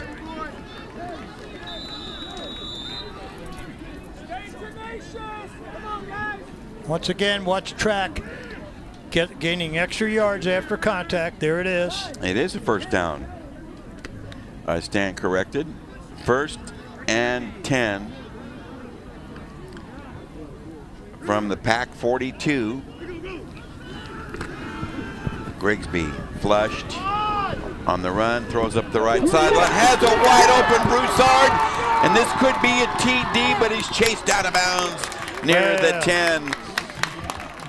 A breakdown in coverage, and Grigsby that time rising to the occasion on the improv.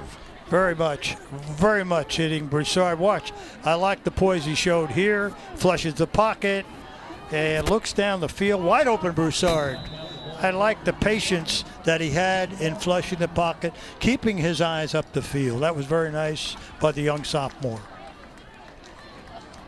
42 yards on the catch and run.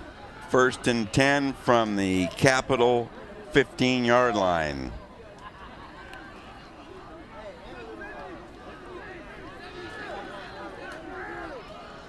Eight-minute mark, still early 3rd. Grigsby goes left this time and swings it. It's caught out there. Well, he only picks up about 2 or 3, but that's okay.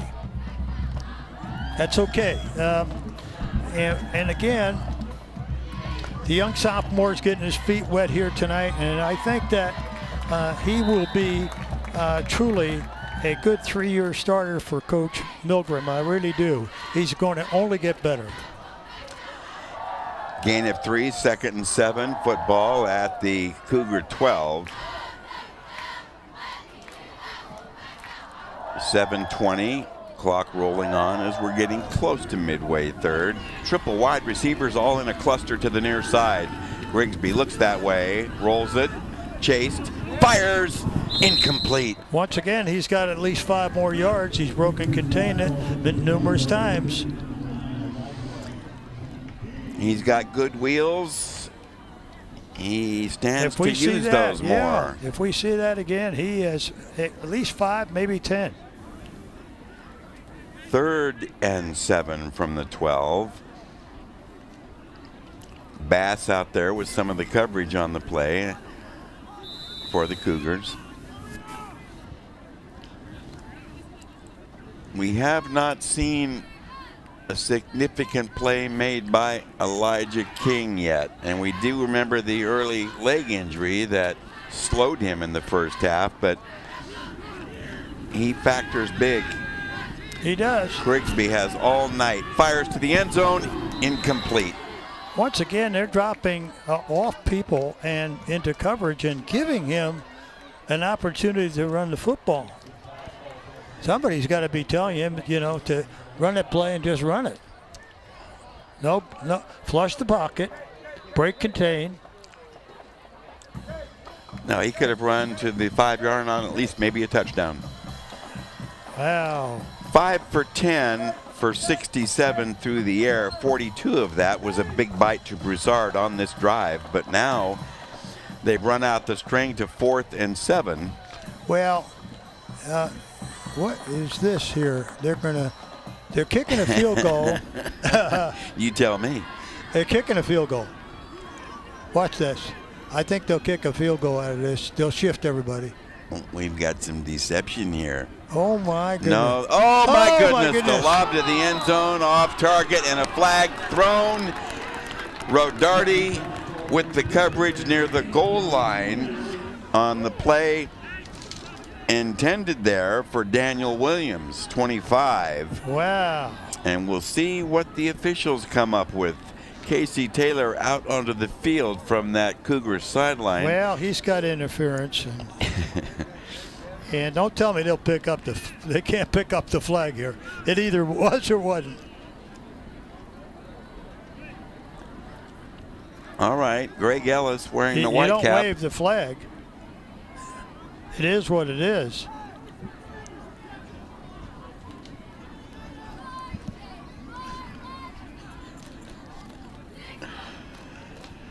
Okay, substitutions in for Cosumnes Oaks, and presumably this is going to be a goal line play, but no indication yet until now. After the play, dead ball, personal foul on White. Personal foul. Now a word with Coach Milgram, as we see here.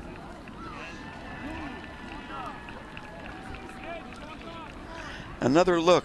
Oh my goodness. You know what I'm seeing here? Wow. Well, I guess they're calling Rodarty for knocking Williams off his feet there on the incomplete pass, the personal foul. That's my translation. Don't know reason why. Extra explanation to Coach Milgram. Well, what I'm saying, they're going to give Capital Outlay the ball with a penalty. Capital Christian, I don't get it.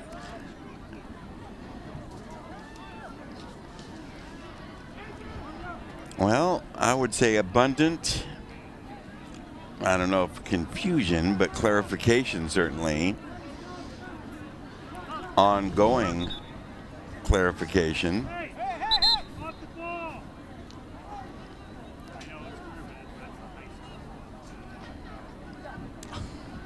I quite frankly, I don't see where that would be a dead ball. Why wouldn't it be part of the play? Really, because if we watch if that's the call. Well, it's a beautiful night now in Elk Grove after the sun has set. We had the pleasure of coming south from the downtown area to come out to our season's opener and saw some friends along the way, past the orphanage, and got out here to a beautiful stadium. And lo and behold, we got a 4-point ball game midway third. Well, I know I know I've seen one of the orphanages up in Roseville, but I haven't seen one in this area. We are ready to go. Football parked at the 5. Capital Christian is running the football with Ross loose for what looks like it's going to be a long gainer, and I have no explanation right now.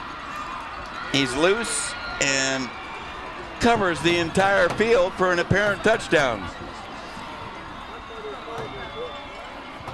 Capital Christian has, in a bizarre fashion, taken the lead on a run in excess of, well, in the vicinity of 90 yards. We'll get a replay and re-spot that line of scrimmage.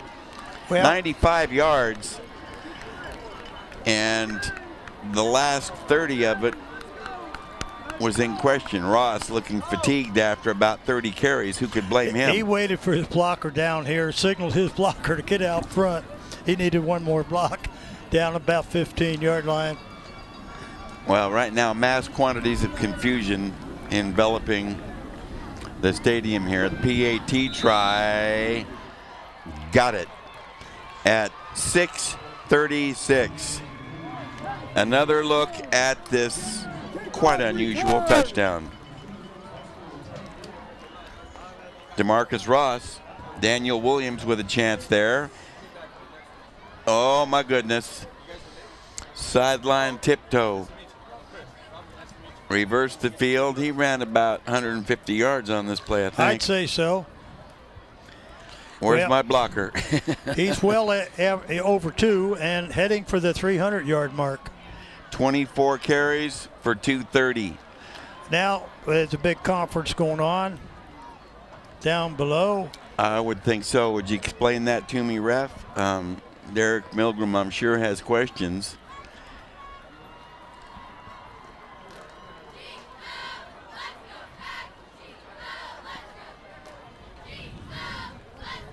(26)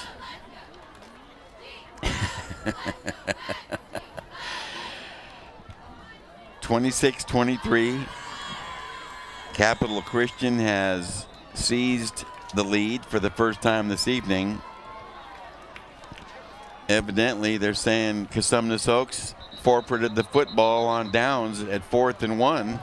Well, because it was called a dead ball foul. I see. That's the key. Now, if in fact that push after the ball going by Rodarte, to me it seems like it's not a dead ball foul. Did the pass go by him, or was it part of the play? If it was part of the play, then they get a 1st and goal. Well, there is the key call of the evening, issued by game referee Greg Ellis. And what a dramatic effect it had so far. Not much doing there. Right now, Capital Christian fired up on defense, but a fallen Cougar slow in getting up.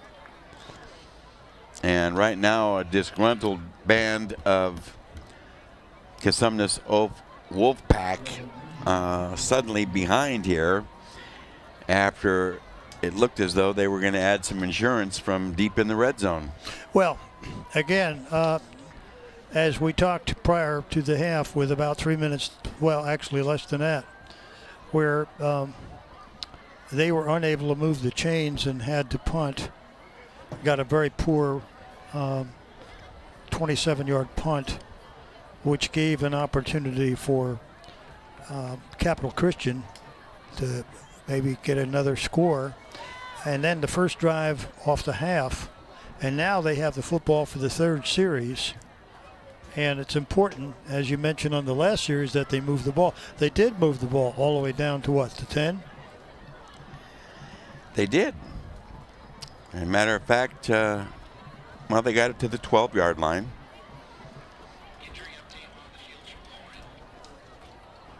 Lauren Goodman has an update for us from the sideline.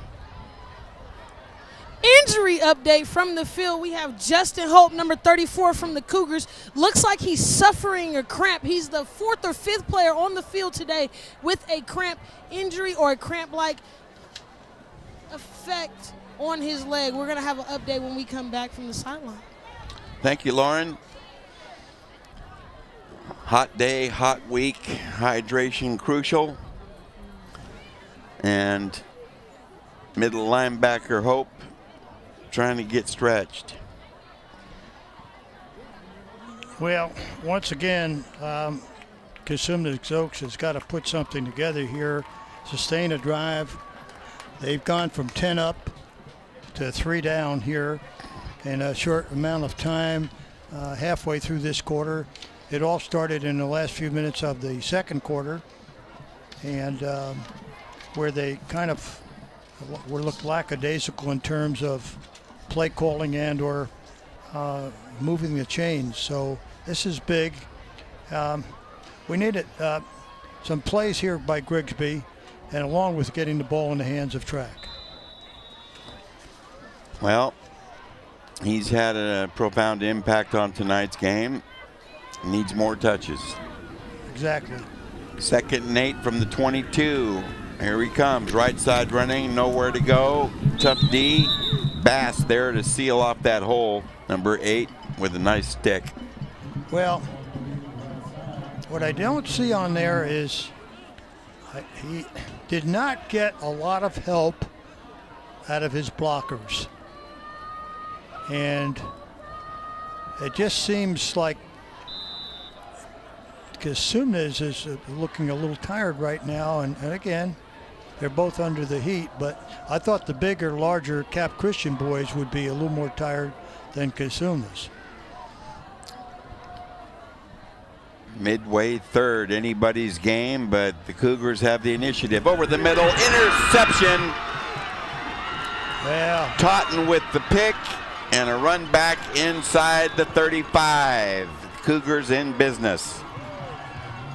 First turnover of the game, surrendered by the Wolfpack.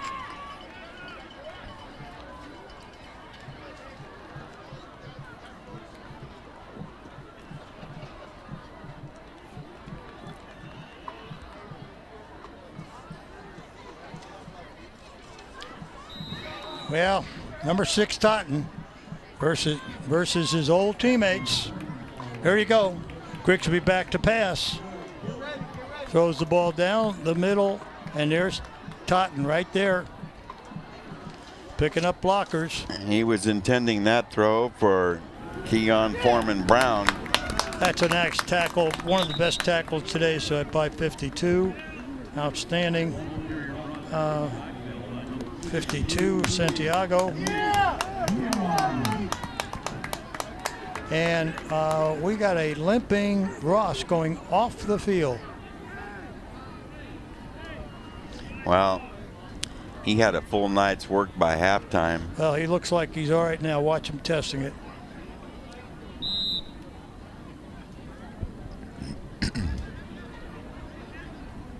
Second and 11, a loss of 1. Cougars work from their the 25 of Cosumnes Oaks.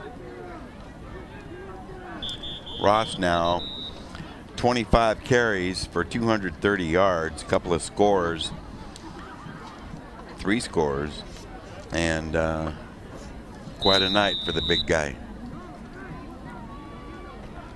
Looked like they moved Bass into the backfield. Well, whistles are going to kill this play. Cooper Crick 5 yards. calling Second signals down. for the Cougars. Well, they got Bass in the backfield now.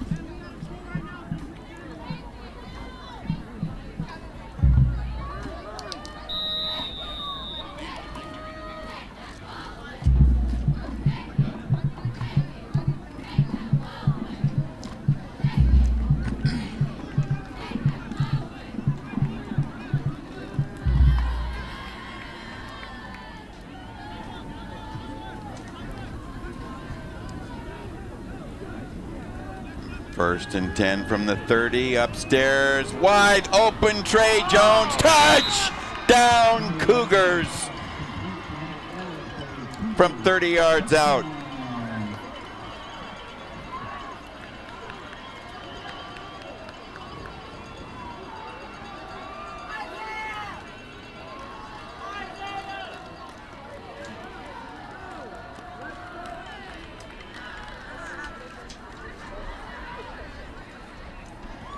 Heavy momentum for the Cougars coming out of the locker room, and they have dominated the third quarter, but the big turnaround happened on the other end of the field at the 5-yard line. PAT booted straight and true at 3:59 of the third. The Cougars stretching out, and here's how they stretched. And there you see Cooper Crick back to Bass. Pretty good protection, goes deep, and he's got the corner beat easy right in the hands of Trey Jones, one of the top athletes in the city.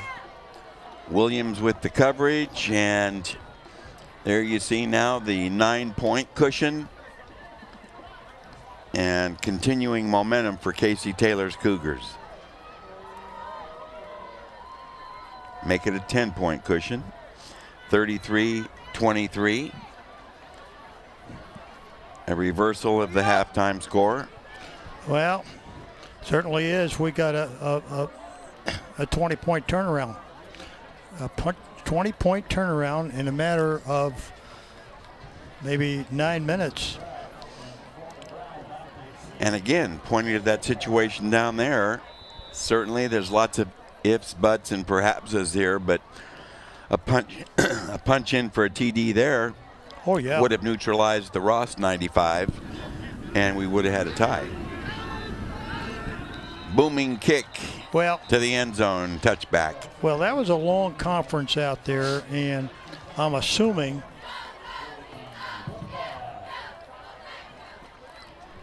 a short scoring drive, Jim. 25 yards, 2 plays, in just over a minute. Well, it just seems like lately, since that occurred, and actually it started before the half, suddenly Cosumnes Oaks has kind of been in limbo here, and they need something to pick them up. They really do, because right now they're not putting forth that effort they did before, and their heads, you see some heads are dropping. Left side running, well defended. Short gain. Gain of 2, make it 2nd and 8 upcoming as the third period continues to slide away here in Elk Grove. We're at Cosumnes Oaks High School in a season's opener here for Access Sacramento's Hometown Sports Game of the Week.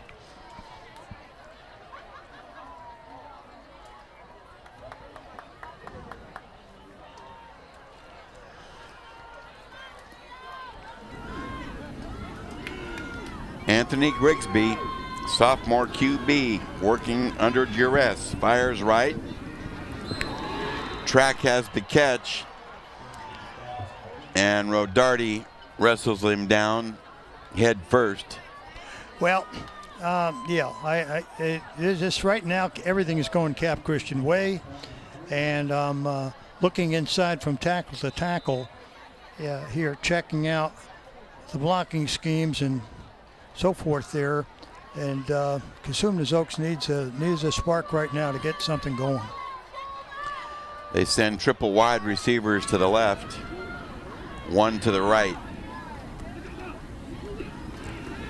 Grigsby is cut off, fires on the run, intercepted at the 40,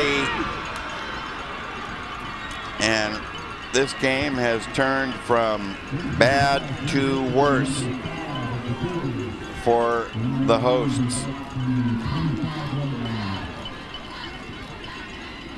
The interception turns things around dramatically. DJ Malott with that pick. Quarterback safety had the interception. Second interception thrown by Grigsby, both in this quarter. And Capital Christian really now threatening to bust this one wide open.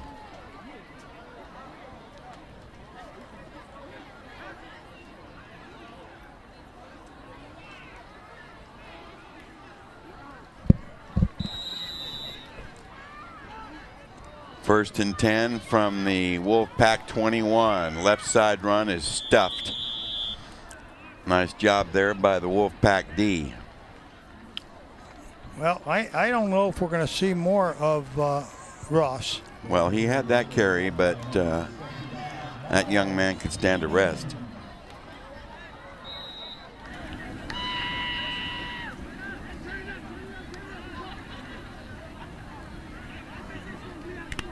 He loses 3 on the play, first or second and 13 from the 24.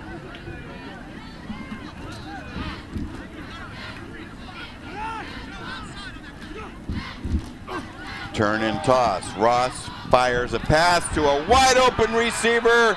Touchdown Cougars as the defense sucked up big. And that was wide open all day long. Looked like what was it, to Bass? Who was the receiver down there?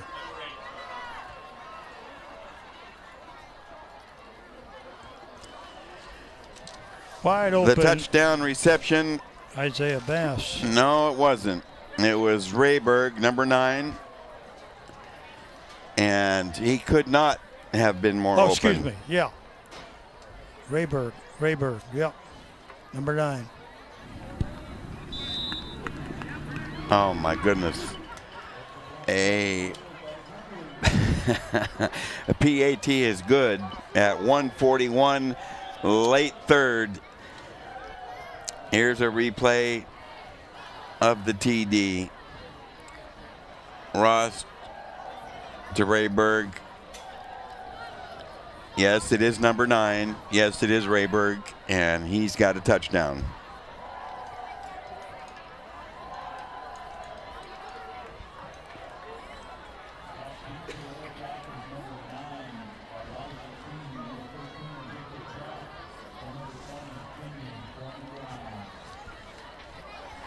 (40-23), an avalanche of scoring here in the second half by the Capital Christian Cougars, stymied in the first half by mistakes and some penalties, but coming up off the deck ferociously and taking full command of this game.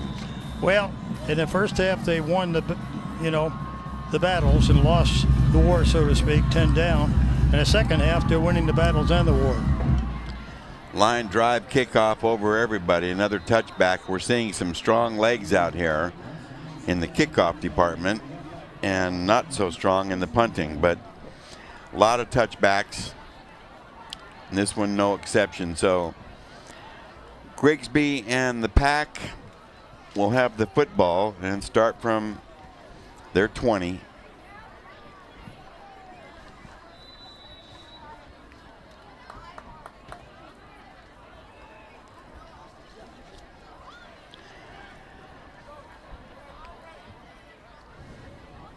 "21 yards, 2 plays, 43 seconds to cash that for the Cougars. Didn't take long after the second consecutive interception thrown by Grigsby. Mix up in the backfield, loose football, fumble recovery by the Cougars, and a return near the 5-yard line. From bad to worse. Tough luck for the Pack. Number 51 with a carry. Will Buck, their all-league lineman, picked up that fumble, it appears, and he's limping off. Well, that ball from Grigsby to track was, I think, fumbled up in the air and caught clean, if I saw that correctly. But this avalanche has buried the Wolfpack, and we're still a minute and a half plus remaining in the third.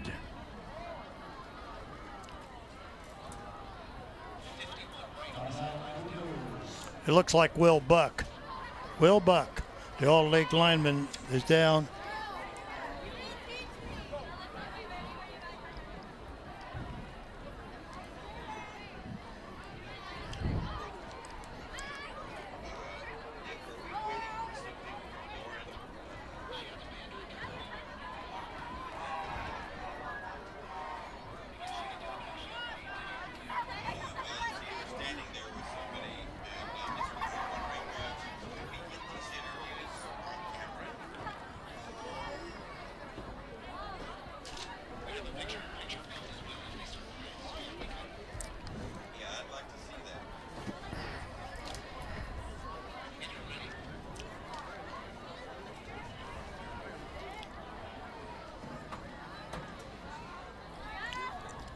A minute 34 left here in the third, and Capital Christian pouring it on now on top 40-23.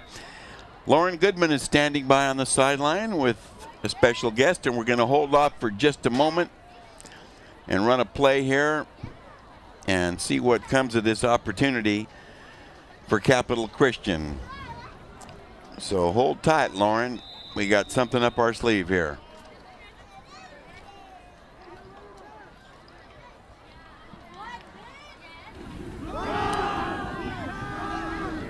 A roll, nice defensive pursuit. Okay, Lauren Goodman. I'm here with both band directors, Mike and Bethany, for the CO Wolfpack, and they are going to give me a little detail of how the band is. They've been rocking all night, and they've been giving us the energy that we need. How important is putting the band together for an event like this? You know, I always tell the football players that are in our classes, today I even told one of them, I was like, what position do you play? I was like, cool. I'm going to tell the band, now you already have 84 fans right there. You know, we're the first ones here, the last ones to leave, and that's what the players get, is at least 84 fans there cheering them on regardless of how good or bad they're playing, which is what's awesome about it. Now, a lot of people don't know how much time and effort it puts into having the band here, 84 people. How much hard work does the band put in every week? You know, we practice twice a week in the evening, so the kids that do track or cross country or whatever is happening at that time, they get that done, then they come to practice 6 to 9 twice a week, and then we have some Saturday rehearsals. 9 to 5 is what it usually is, and try to get a lot of work done so we can put on some good shows for them at the games. Now, both of you guys are teachers, and you're kind of, Bethany, taking more of the role this year. How do you feel stepping up for the band and what you're going to give to the CO community? Yeah, I'm excited. Both Mike and I have talked about just bringing more of what we do to the community, which is something that a lot of bands in the area aren't doing. They're just, competing and doing some really awesome shows, but just not giving back enough. So we're hoping to give back more this year. And I think that's what's really exciting about taking it on, is getting the students to see how awesome it is to give something such as music to people that don't get to see live music all the time. So that's pretty cool. Well, that's all I have with the band directors from Cosumnes Oaks, and it's going to be back up to you, Will and Jim. Well, thank you so much, Lauren. We love bands. And while that interview was going on, it was another TD racked up by Capital Christian, and it was Cooper Crick doing it with his feet. Well, he was back to, if we're going to take a look at this, you see Cooper look downfield, decides to flush the pocket, go against the grain, and makes it look easy going in there for an easy 6. Against the grain is correct, and certainly a discouraged group of young Wolfpack players, but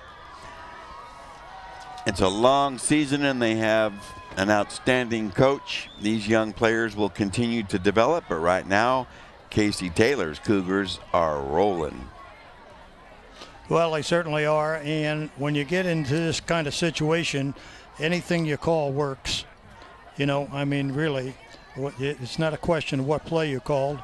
It all works. And the tide has turned significantly here, really.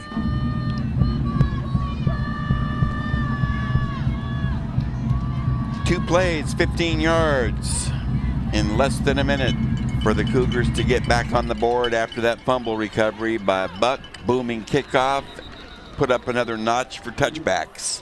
Well, we're going to be, if he keeps this up all season, we're going to call him not Kevin Duarte, but we'll call him Touchback Duarte.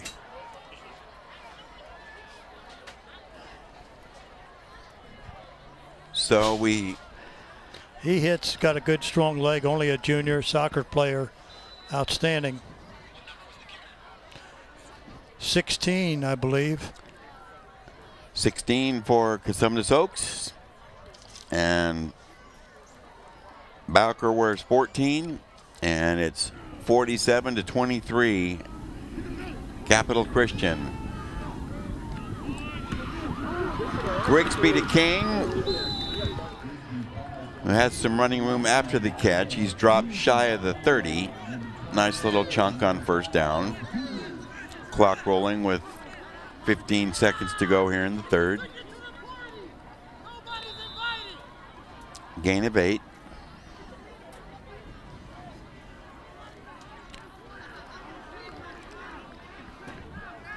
Well, in a certain sense, the pressure is all the way off Grigsby in this scenario. Nice hook up there. First down yardage, opposite sideline, and some room to run after the grab.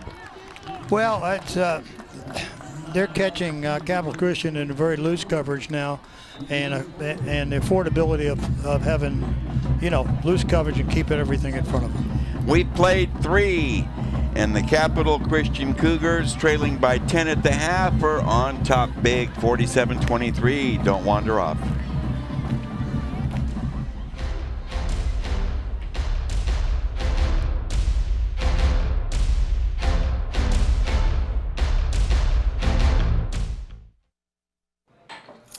What do you think you're doing, Kevin? Was just gonna drive home. There are several warning signs present that you shouldn't be driving. Like hearing voices? Like your text-to-emoji ratio? Oh man, the selfies. Selfie, nailed it. We all have warning signs that let us know that we're probably not okay to drive. Mine is pretending to be your subconscious. Craig, come on man, let's put a ride home.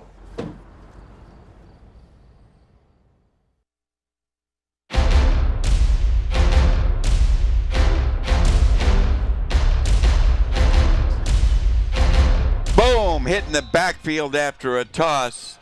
Nowhere to go on that. And Ross having a ball, happy with himself there. Tough defensive hit on first down. Well, I know this, that he looks unstoppable, but I'm glad to see him going off because he's your franchise and he's going to get a break. So we open fourth quarter action with a hit for a loss. That'll bring up 2nd and 10. Correction, 2nd and about 15. Hitch pass right side, incomplete, off target.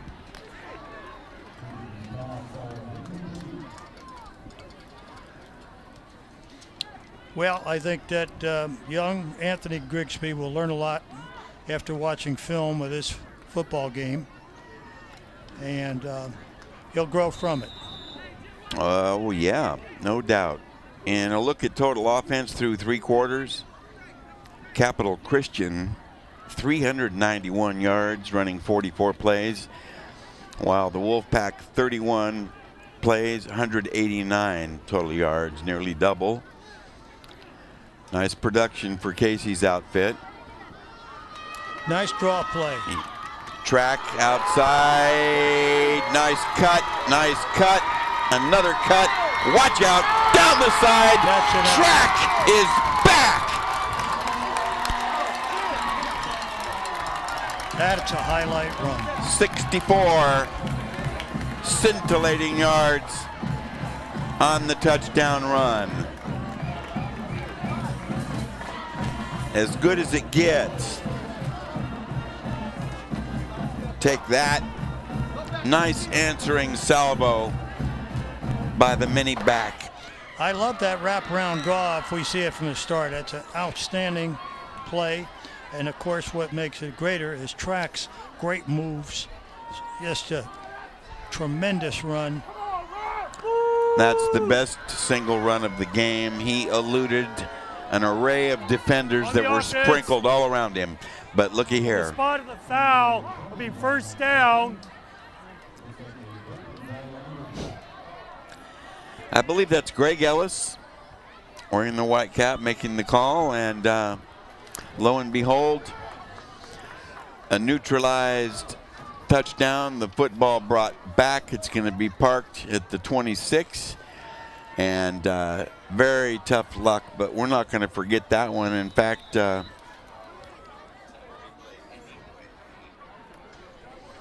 one will stick in our memories for a while. Well, tremendous individual effort. Certainly. It had everything in that run. Triple wide right. Grigsby fires over the middle. Catch in a short gain. About half of what they need. Okay, another look. Let's look at this. Watch this wraparound draw. Wraparound. Look at this. Watch. It moves. Great block. Cut against grain. Great move. Another one. Look at the balance in this run. Another great block by 11 downfield. 37 yards after the nullification of the TD. There were 5 defenders within arm's reach of him on that play. Well, that's unfortunate with that penalty. It turned a 64-yard run to a 37-yard run. Oh, yeah, and that's a great run. Some of these Cougars are going to be wondering when they see the highlights of that. Oh, yeah. Wondering why they couldn't put a stop on that. Fake the draw, keep it himself, and ahead close. You know, they started the game with some read option, and they went away from it, and that's a great play right there with Grigsby carrying.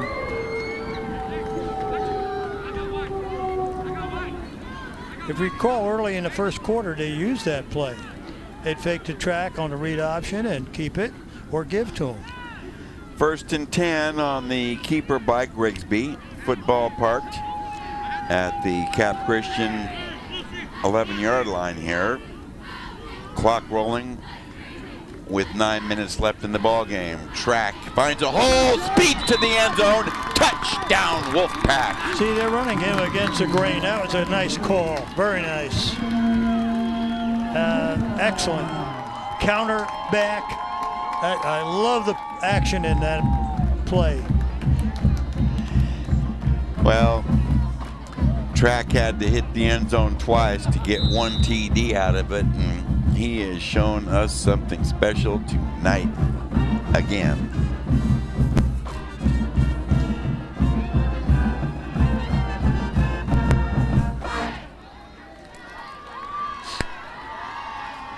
They're going to line up for two. They deploy two wideouts to the right. Keeper, a slash to the goal line. Did he get in? Yes, 2 points. Grigsby showing some tough football right there.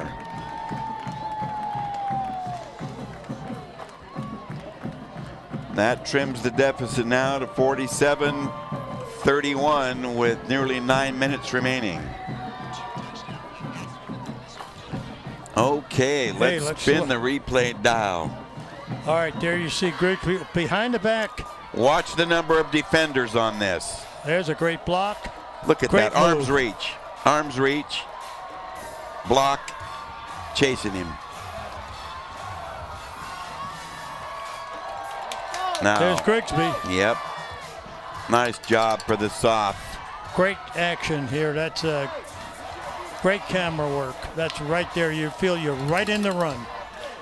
So nice counter punching there by the Wolfpack. Well, they needed a spark like that, and let's see if they can move on now and stop Capital and put another drive on. Well, they go 80 yards in 7 plays, track 37 yards on one run and 11 on another.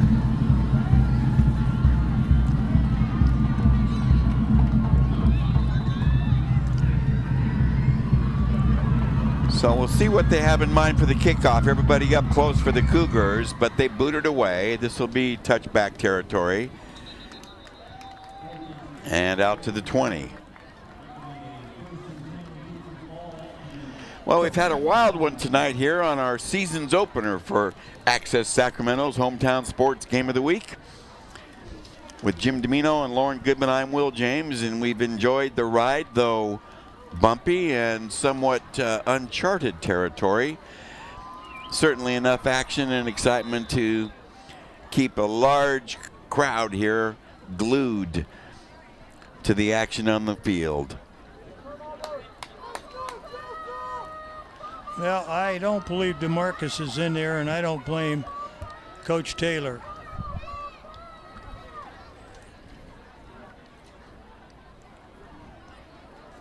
Turn and give. Malott hands it to Bass, and he's outside for a nice gain and dropped, crossing into what looks like first down yardage.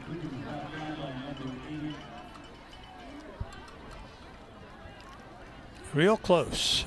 And I look at Cap Christian now, just except for an occasional maybe play action there, he did move the chains. Yeah, he picked up 10. Run the football, clock management, run the football. That was my #1 pick tonight with Ross, the boss, can dominate the clock. Gain of 11. And run from here on out. Stymied and bounce it outside. Big room. And a flag flies. Well, I'll tell you, Bass is a pretty nice backup runner. Isaiah Bass, yes. He likes to bounce it outside, and a very good athlete, outstanding pass receiver, good cornerback. They've got some athletes on that Capital Christian Ball Club. So the penalty is going to wipe that out. The offense, 10 yards from the spot of the foul. First down. Thank you, Greg Ellis. And the walk-off sends it back to just outside the Cougar 25. Clock rolling with just over 8 minutes remaining in this one. 1st and 15 from the 26. Well, with that back lined up that big, I want to see those linebackers get involved here, tackle to tackle. There it is. Malott turns and gives. Just, you know, he's breaking, he's a different type runner, obviously, and he's breaking containment. Those outside people for Cosumnes, Jared Allen and Ryan Rayleigh, I tell you, he bounces. He starts to go off tackle, bounces outside because he has the speed to do that. Well, he's adjusting his headgear there, but tough running back. And don't forget, in our post-game segment, after this one's all said and done, Lauren Goodman will be interviewing our players of the game. As we always do, we select an outstanding player from each squad for those honors, and perhaps even a word with the winning coach as the clock rolls to the 7-minute mark. 2nd and 5, quick hitch. Dragged down from behind, shy of a first, but it'll bring up 3rd and very short. Trey Jones and Bass. Well, it's important they stay in bounds so that the clock keeps moving. And I guess a timeout by Cosumnes, yeah.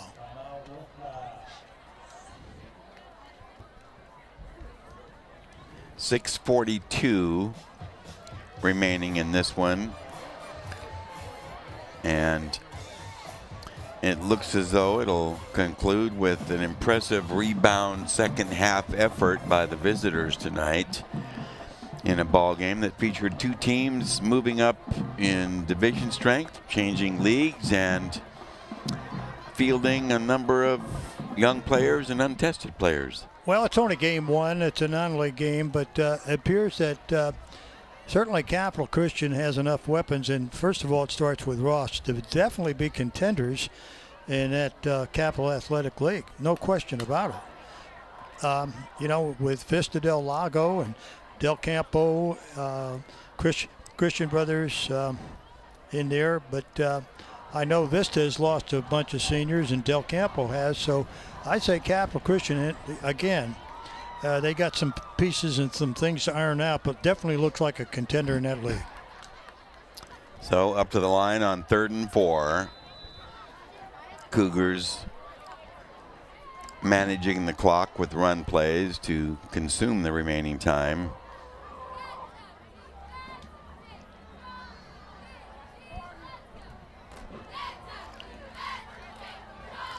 Ross back into the ball game, hurdles a man, breaks a tackle as flags fly.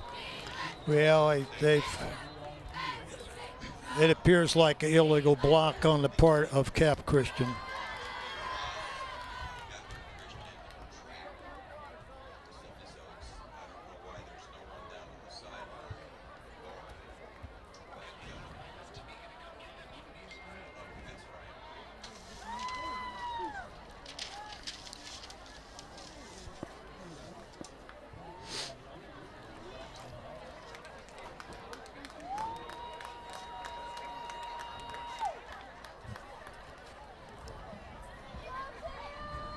Accepted. 3rd down. Oh, thanks, Greg. Football marked at the 24 with about 6.5 to go.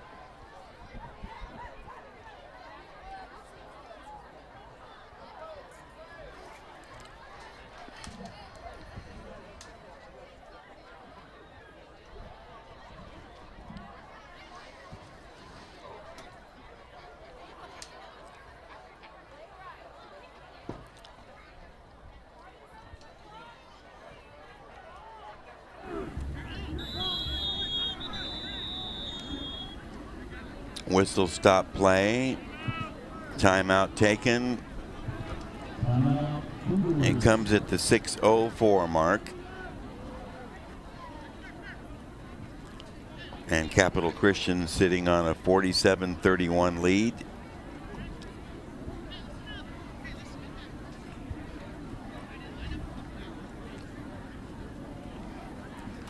We've seen both clubs falter and then adjust and play better football, evidently learning from mistakes and guidance of coaches.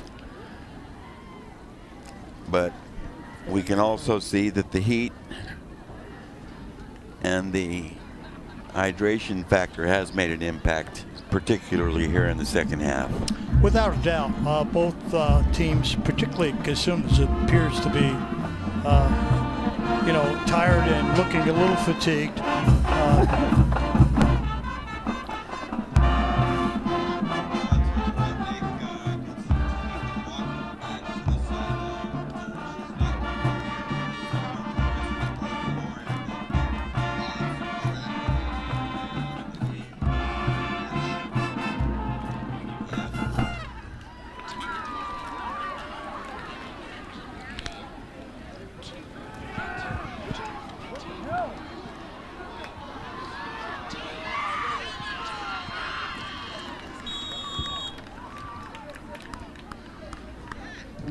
Without a doubt.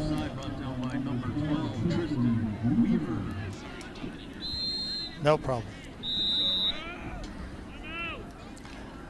Another stoppage of play at the 5:43. Agonizing time for the hosts, but they've got plenty, as Coach Domino alluded to. They will be a contender and a stumbling block for anyone in the Delta that should beware and certainly not play them short. Oh, no. No, you can't do that because this young squad really the Wolfpack has here is going to get better each game. They've got to get a little experience under the belt and iron out some of the mistakes. And young quarterback Grigsby will grow from this game. On the other hand, Capital Christian definitely looks like a strong contender in that Capital Athletic League. No doubt. No doubt. When you have a guy like Ross that can dominate the clock, that's a huge factor because it kind of keeps your defense off the field. He moves the chains. 4th and 10. Punt formation shown by the Cougars. Sitting atop a comfortable lead, up 16. Midway 4th. There's the punt. Short. No return. And there's a forward bounce trickling inside the Wolfpack 30.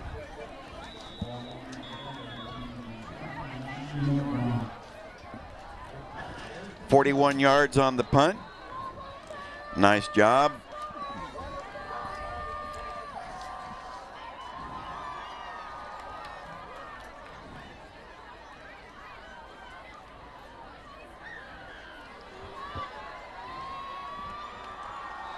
The game moving in slow motion right now. I'll attribute that to fatigue, but nothing resembling crisp play on either side right now. Triple wides to the near side for the Wolfpack, trying to salvage another score here in the 4th quarter. Nice catch, a double hit, but nice concentration to bite off about 5 on the grab by Emiliano Brown.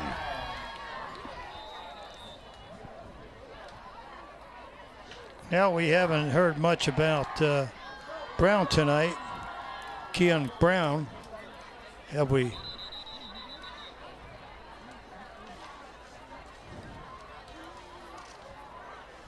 There's going to be several key players on both squads gaining late eligibility and coming off some nagging injuries that will be back in action probably in weeks 2 and 3, which should change things for the better for both squads. Meantime, Grigsby has time to throw, looks, fires.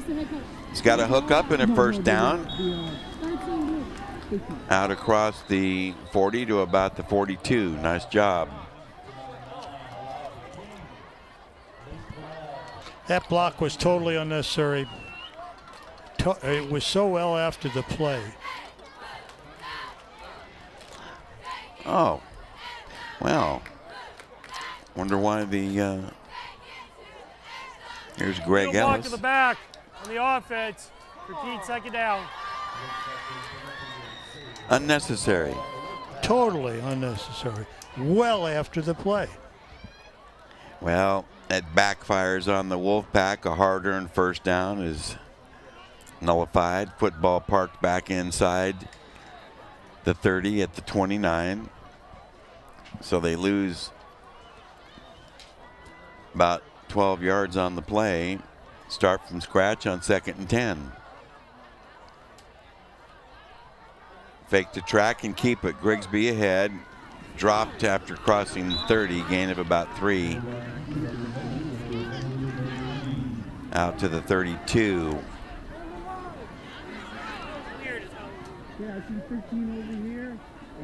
Make it 3rd and 7, or are they calling it? I'll say 3rd and 7 on the play. From the 32, clock rolling, just over 4 minutes remaining in this one. Well, Capital Christian is still keeping most of their first team D on the field, and occasionally blitzing. Right now, you just saw a blitz on the backside. Grigsby reads it, splits it, and turns on the heat. Nice job by the Sop as he runs it past midfield to the Capital Christian 49. Well done. He's had opportunities like that, and I'm sure he will cash in more as the season rolls on because he's got the speed to break containment when he flushes the pocket. He's dangerous. 3:45 and rolling. The Wolfpack would like to get into the end zone once more here, tighten things up, but whistles are going to halt play for the moment.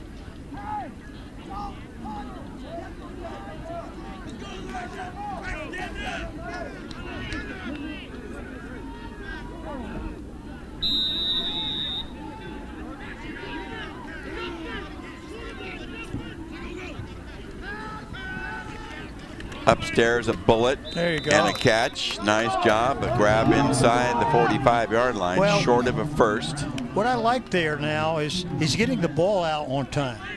He's not holding on to the football another second. Very often a youngster coming in from fresh or JV, see the window is much shorter on a varsity level. Okay, so you got to get the ball out on time. And Grigsby's learning that tonight. He really is. Keon Foreman Brown with the catch. Under 3 minutes remaining. 2nd and 5. Grigsby. Deep sideline route. Well, in a crowd, incomplete. Exactly. You call right in a crowd, and you know that's big time coverage. It's 3-on-2 in that corner. Okay, on the coverage, and he'd have to have a lot of luck to get a reception there. So he's got to, you know, if they delay track or anything out in the backfield in the middle, he'll be wide open.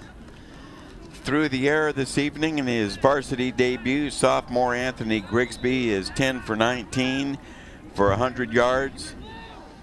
He's had 2 picked, and he's thrown for a score and run for a score. There's it behind. There it is. There it is. Yes, call it, Jim. We got that draw, that wraparound draw, and it's effective when you got track in there. They got to work a little better on the ball handling on that, but I'll tell you what, I like the play. Have a look. Wrap around draw. Wrap around. There you go. Look at him motor. Oh, yes. Upstairs, a bullet complete, and a first down inside the 15-yard line. Now they're getting into gear. Number 20, right there with the nice catch. Keon Foreman Brown, his second catch in the drive. Great effort by Brown. They're running at a faster tempo right now, which I like. Grigsby runs it to the 10, to the 5, and out of bounds. Nice read that time. 3 grabs for 20 for Brown, Keon Foreman Brown, and Grigsby there motors for a nice 9-yard run. Well, yes, what I like is his field presence and his tempo here when he breaks containment. He's just gaining confidence as this game goes on. Triple wide receivers to the right. Track to the middle. A burst. Touchdown, Wolfpack. Jacob Track.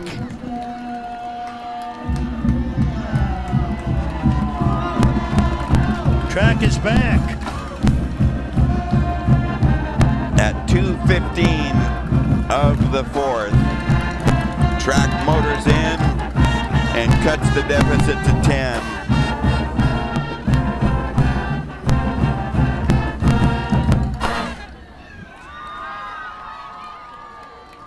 So Grigsby back to the huddle after a sideline chat with Coach Milgram. Well, here's where they like to fake the track if he's back there and keeps it on that read option. Well, they go for the 2, triple wide right. Blind side, boy, he got out of that one. To the end zone and a grab, and it's good. Well, I like that. Wow. Nice work, nice concentration on a tough catch. And again, Broussard with the grab. Let's take a look at that score from track. Run that read option inside and bulls his way right over. There's track. You know, he may not be big, but boy, I'll tell you, he's elusive. And he'll run over you when he has to. Well, he powered up on Rayberg that time. That was no contest. Yes, he did. So the 2-pointer tightens things up, 47-39. On a nice reception from Broussard for the deuce.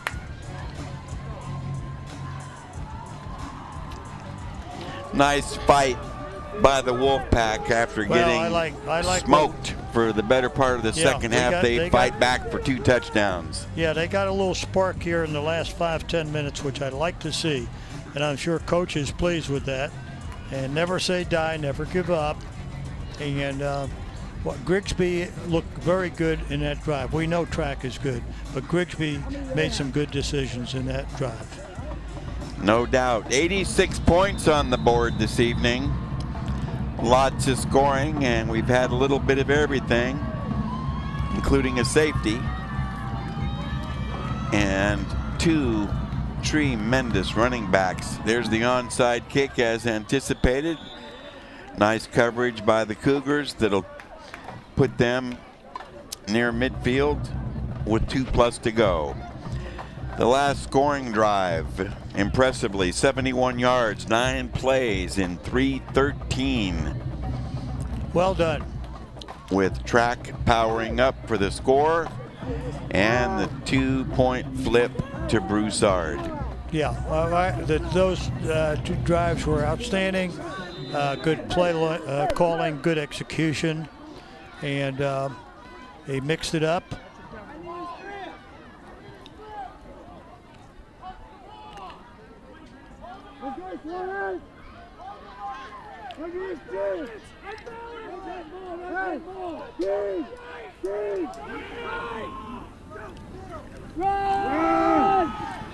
Well, Ross is back in. Evidently, the lead is not safe in Casey Taylor's mind. He looks refreshed after getting an extended rest here in the 4th quarter. Back at it, adding to that big rushing total this evening.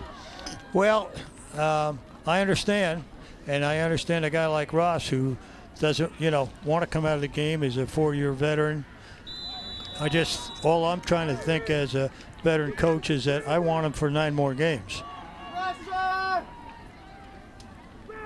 Well, they would be a different team without his services. They would be more of an average type team. Oh, at best 500, at best.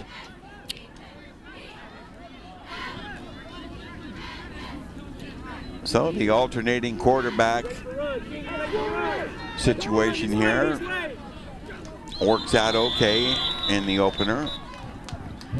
And whistles are going to bust up this play. It'll cost the Cougars 5.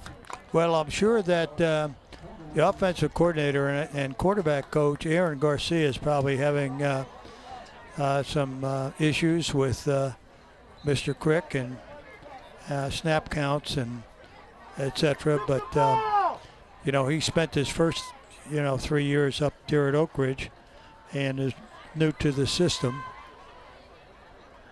Well, he's back to the huddle from a sideline conference. He's had difficulties tonight, but has thrown for a TD, and he's rushed for a TD. In the penalty department, Capital Christian, 10 of them for 67. Cosumnes Oaks, 7 penalties for 60. So they're just letting the clock run here. And yes, if they get are. penalized, they get penalized. They're not worried about it. And they So have lay a game, no go intention of snapping one here, as No. we see Milgram out here talking to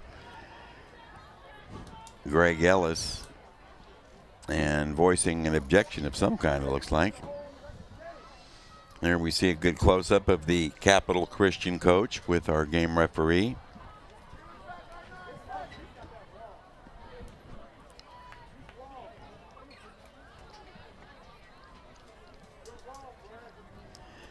Well, we might find out the nature of that conversation someday, but now we've got coaches pointing up here above the press box for some reason unknown. They want more time on the clock because the timer apparently hasn't been stopping the clock, according to Coach Milgram. I see. Minute and a half showing. He wants more time to get the ball back. I do not believe that will happen, but referee Greg Ellis is continuing to confer with members of his crew, as we can clearly see here. Yeah, it's amazing the amount of conferences needed in the games that we've watched.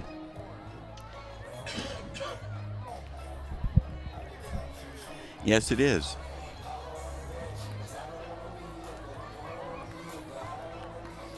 But in the big picture, we had a very festive occasion out here at the Cosumnes Oaks Franklin Community Stadium. We had the benefit and the pleasure of seeing this outstanding Cosumnes Oaks band this evening. And the hosts brought out a terrific crowd for the season's opener. Well, I just every time we come here, I'm pleased with the coverage from the players, the coach, the fans, the band, the cheerleader, the whole scope of athletics here at Cosumnes. Well, there's finally a snap, and Ross is going to try to run through everybody again. He's finally dropped, crossing inside the 40 as the clock rolls, and now stopped at 49 seconds. I'm glad I'm not a clock operator. Well, right now, I guess the teams are using their maximum timeouts. And the deficit has not slowed down the spirit of the Cosumnes Oaks cheerleaders, still trying to rally their host contingent here. And have to say again, though, that the 2 late touchdowns by the Wolfpack were impressive in their own right, well, they by were. way of showing the never say die spirit that Yeah, I like that very much because they had given up 34 unanswered points from the start of the third quarter, and then to come back and spark and get 2 in the fourth quarter here does show that, and I like that. Certainly that's great character on the part of their ball club. Well, Coach Milgram got his wish. They put 10 seconds more on the clock. Now 59 seconds remaining in this one. And I have lost count of the timeouts expended and the timeouts remaining. Time, and time after time. We have seen wonderful plays in tonight's game. These 2 running backs are star quality, regal bearing, premier blue chip running backs. Well, I'm sure that Ross already has numerous offers and will get more. And track certainly shows that he can play on the next level as well. And I'm not, they're going to question his size, but I can tell you this young man can play football for some college, some place, and make his presence felt. He's got offers. To me, he's got moves, he's got speed. He's a tough kid. He can take a hit. Well, there is another timeout expenditure, and I would have to say that for the Well, for both squads, but primarily Cosumnes Oaks, this would be considered instructional time. Yeah. Making the most out of these game situation opportunities to the point where they can polish some plays and execute them well down the road. Well, I think when you have a young club, you avoid the hollering and the yelling, and you've got a confidence builder daily with these kids, you know, and it's important that they move on and with a little more confidence. 40 seconds left in this one as we saw Casey Taylor there with his ball club circled around him. Offensive unit. Substitutes have been in and out throughout the second half, but seems like DeMarcus Ross always is in the middle of things. He manages to come back in. I don't know if he...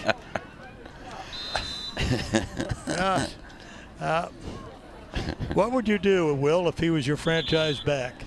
Well, I think I would follow your sound advice, Coach.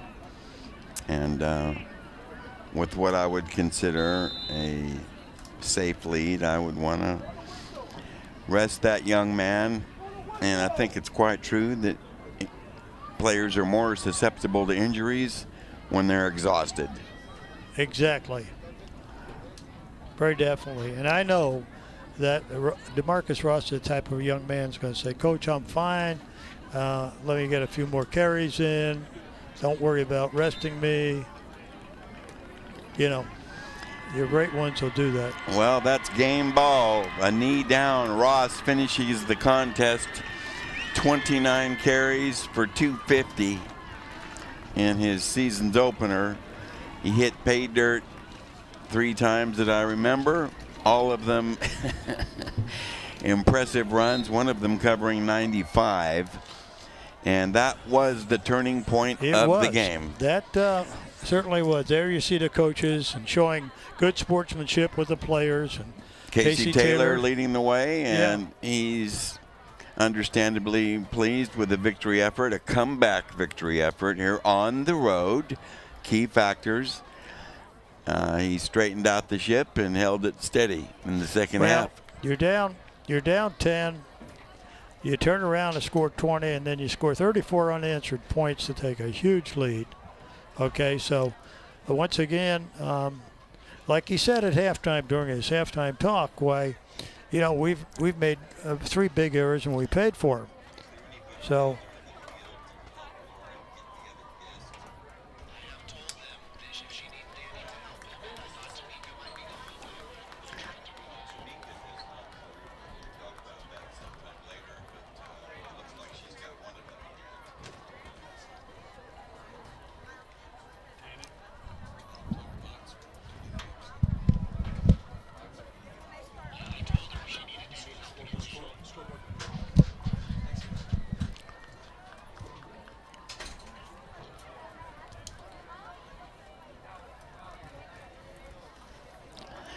Well, lots of happy Cougars huddling up.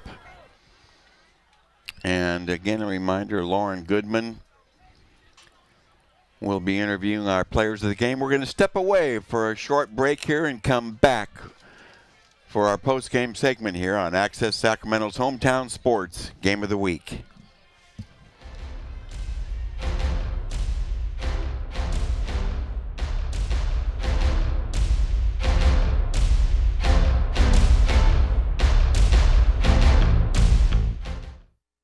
It used to be simple.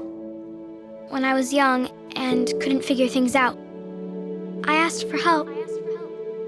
I let someone know when I got hurt, or scared, or sad. As I grew older, things got more complicated. Sometimes people let me down, so I solved my own problems. Then I joined the military. They trained me to be strong. I learned to carry my own weight, and sometimes the weight of others. Now that I'm home, it seems hard to fit back in. Reaching out is difficult because I want to do it on my own. Remember when you were young? Asking for help was simple. we asked for help. You don't have to do this alone. Veterans like us have faced similar challenges. We're not alone at MakeTheConnection.net.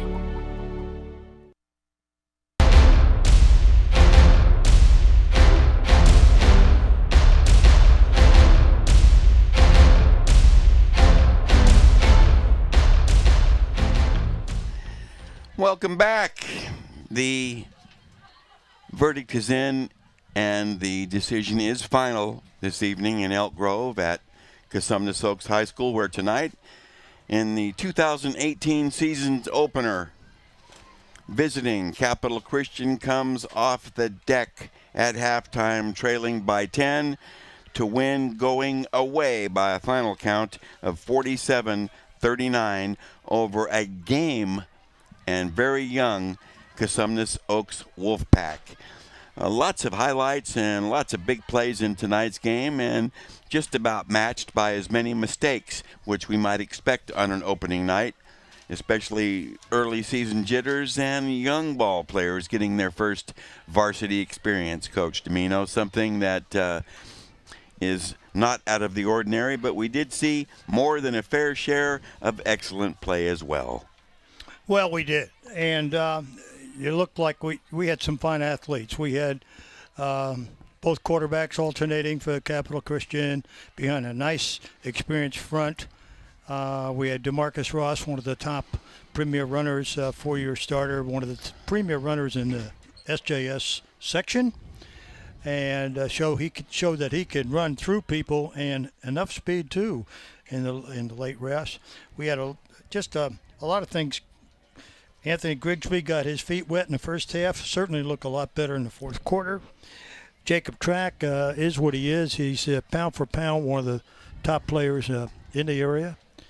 And I think that both these football teams will be fine in their respective leagues as they go through the non-league schedule. I really do. We saw some mistakes. We saw turnovers.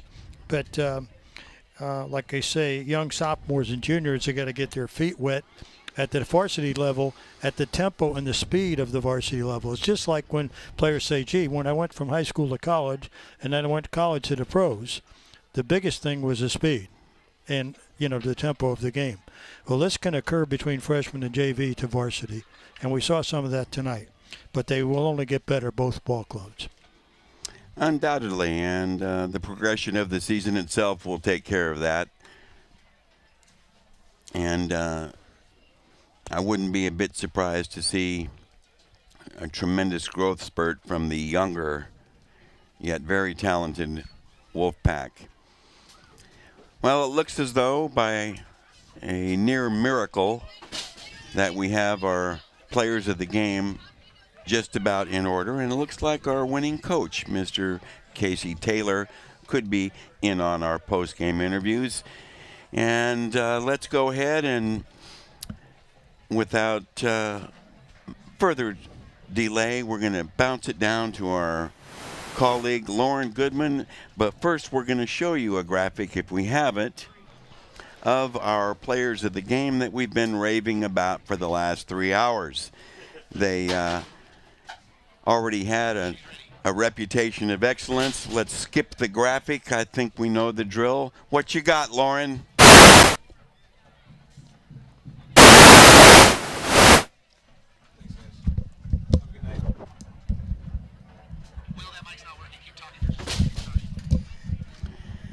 Well, I guess we're going to delay a little bit on that and reinforce the notion that next week, if indeed we have another near miracle, we'll be up the hill at Folsom when the vaunted Bulldogs entertain the visiting Jesuit Marauders. Okay.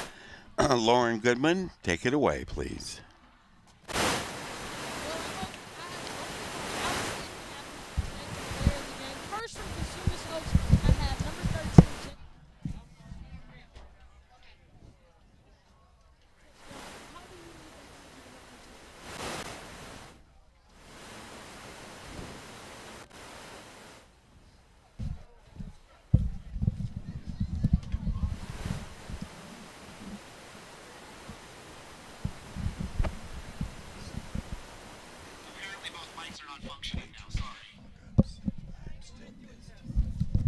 Well, some technical difficulties, I guess, have prevailed on our field interviews, but suffice to say, as you see the carefully built graphic, that our two players of the game have tremendous reputations, and they backed up those reps with superlative performances tonight. Coach Domino, DeMarcus Ross, and Jacob Track, a fan's delight whenever Mic check, 1, 2. those two can be seen in action.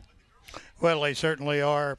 DeMarcus is a big, strong back, 4-year veteran, over 3,000 yards coming in tonight, and probably 200 plus, almost 300 yards tonight. One more try, please. Will, one more try, please. Okay, Lauren Goodman standing by with our players of the game. Now I'm here with the players of the game from tonight. From Cosumnes Oaks, I have Jacob Track. Jacob, you were the spark plug for your team tonight. How important is that? I just like to spark up my team because, we have a lot of young guys, and this is their first varsity game. So when they made plays, I feel like, I just had to give them energy because I have that experience, and I just need to lead them. Every time your team needed a big play, you stepped up. How are you going to carry that to the next game? I'm just going to keep doing what I do. I'm just going to keep working hard every single day at practice, keep up with my team, and just play football. Thank you so much, Jacob. Congratulations on the rest of the season. Now from the winning team, I have DeMarcus Ross, number 2. DeMarcus, you had a big-time game, big hits, big plays, big running on the field. How do you need to have that in your team's advantage in making your team good? I think it comes first with our line pushing hard, and I think if we stay with good energy through practice and come on Friday nights and play hard, everything's going to come together. The more chemistry we get hanging out together, and the longer we put God first, it's possible. DeMarcus, now I got to talk about your energy. You were on both sides of the field today, offense and defense. How do you withstand all that energy playing the whole game? Well, it comes with that. It comes with practice first. Coach Tracy, we condition well, rehab well, our body's good. Like tonight, we got a lot of aches and bruises, but we'll rehab on we're gonna be ready for next week. We got a few guys behind about your offensive line. How important is that?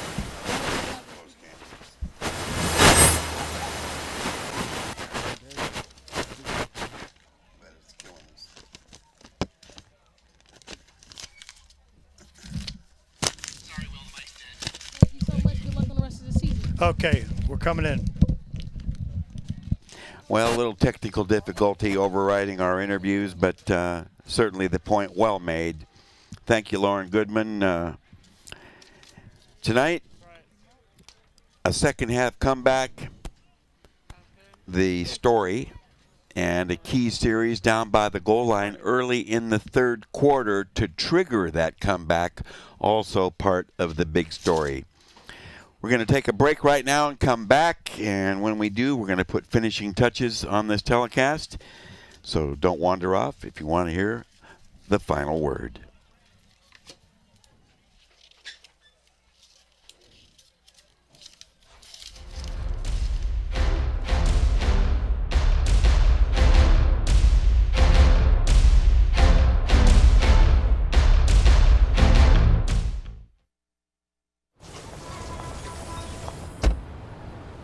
La la la la la, I love you so. I love you, I love you. La la la la, la la la la la la la. We're here. Yay!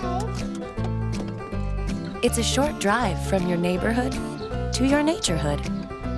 To find a neighborhood park or green space near you, visit discovertheforest.org.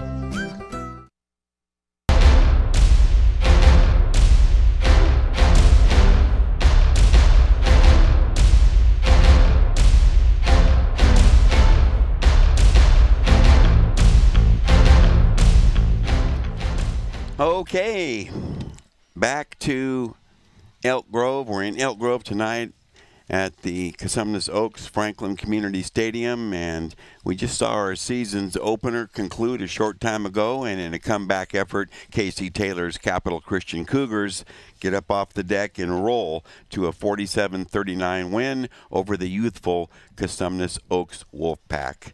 Plenty of action in tonight's game, and plenty of mistakes as well. And in a scoring fest, let's take a look at the final stats as the Imperator is looking on For Capital Christian, they amassed 306 yards rushing.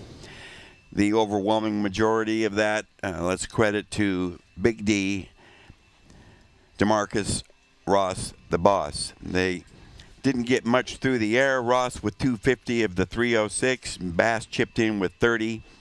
And passing yards 150, including a couple of scores. Total offense 456 yards for the visiting Cougars.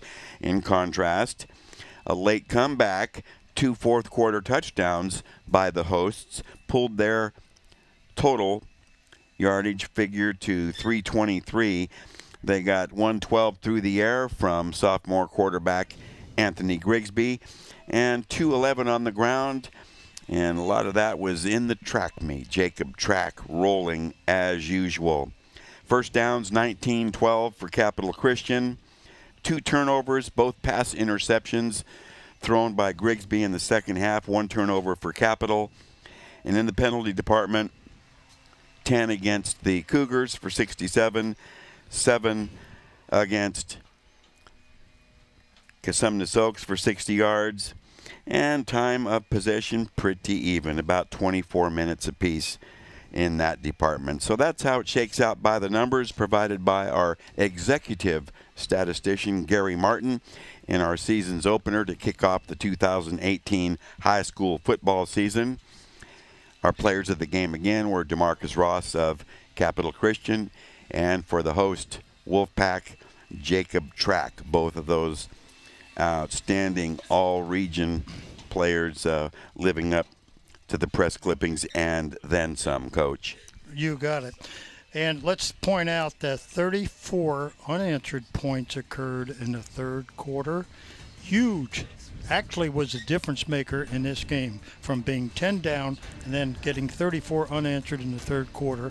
That kind of put the game out of hand. But fortunately, Cosumnes Oaks, as you mentioned, Will, never say die, came back for 2 in the fourth. They did indeed, and the one play that sparked that 34-0 was when the Cosumnes Oaks rally died at the 5-yard line on a penalty that was called one way and not another. Ross followed with a 95-yard run, and that really started a landslide. So it shakes out to be a big victory, 47-39 for visiting Capital Christian in the opening game for this 2018 high school football season. Many thanks to our crew this evening and my announcing mates, Jim Domino and Lauren Goodman. I'm Will James, and we extend another big thanks to our executive statistician, Gary Martin, for again capably crunching the important numbers of the event. Next week, Folsom hosting Jesuit here on Access Sacramento's Hometown Sports Game of the Week. Until then, I'm Will James. We thank you for tuning in and look forward to the next time we can get together. So long, everyone.